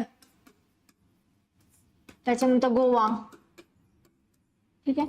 ही राज्य पाहिली. खालची तामिळनाडू,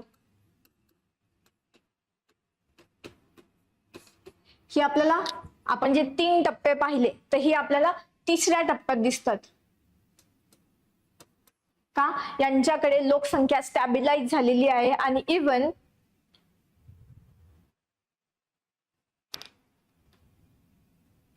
ठीक आहे. सो यांच्यामध्ये तिसरा टप्पा म्हणजे काय? लोकसंख्या स्टॅबिलाइज झाली आणि इव्हन त्यांच्याकडे लोकसंख्येचा दर जो आहे तो निगेटिव्ह व्हायला लागला. लोकसंख्या वाढण्यापेक्षा त्यांची लोकसंख्या काय व्हायला लागली? कमी.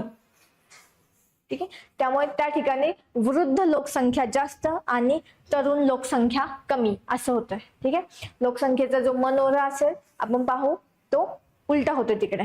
ठीक आहे. बेस त्यांचा कमी होतोय असा. तरुण लोकसंख्या कमी आणि वृद्ध लोकसंख्या जास्त. सो ते त्याच्या तिसऱ्या टप्प्याच्याही पुढे गेलेत. प्रमाणापेक्षा जास्त कंट्रोल झालाय. नेक्स्ट यूपी, बिहार,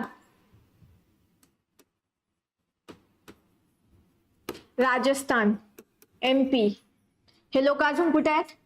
दुसरा टप्पा म्हणजेच लोकसंख्या विस्फोट.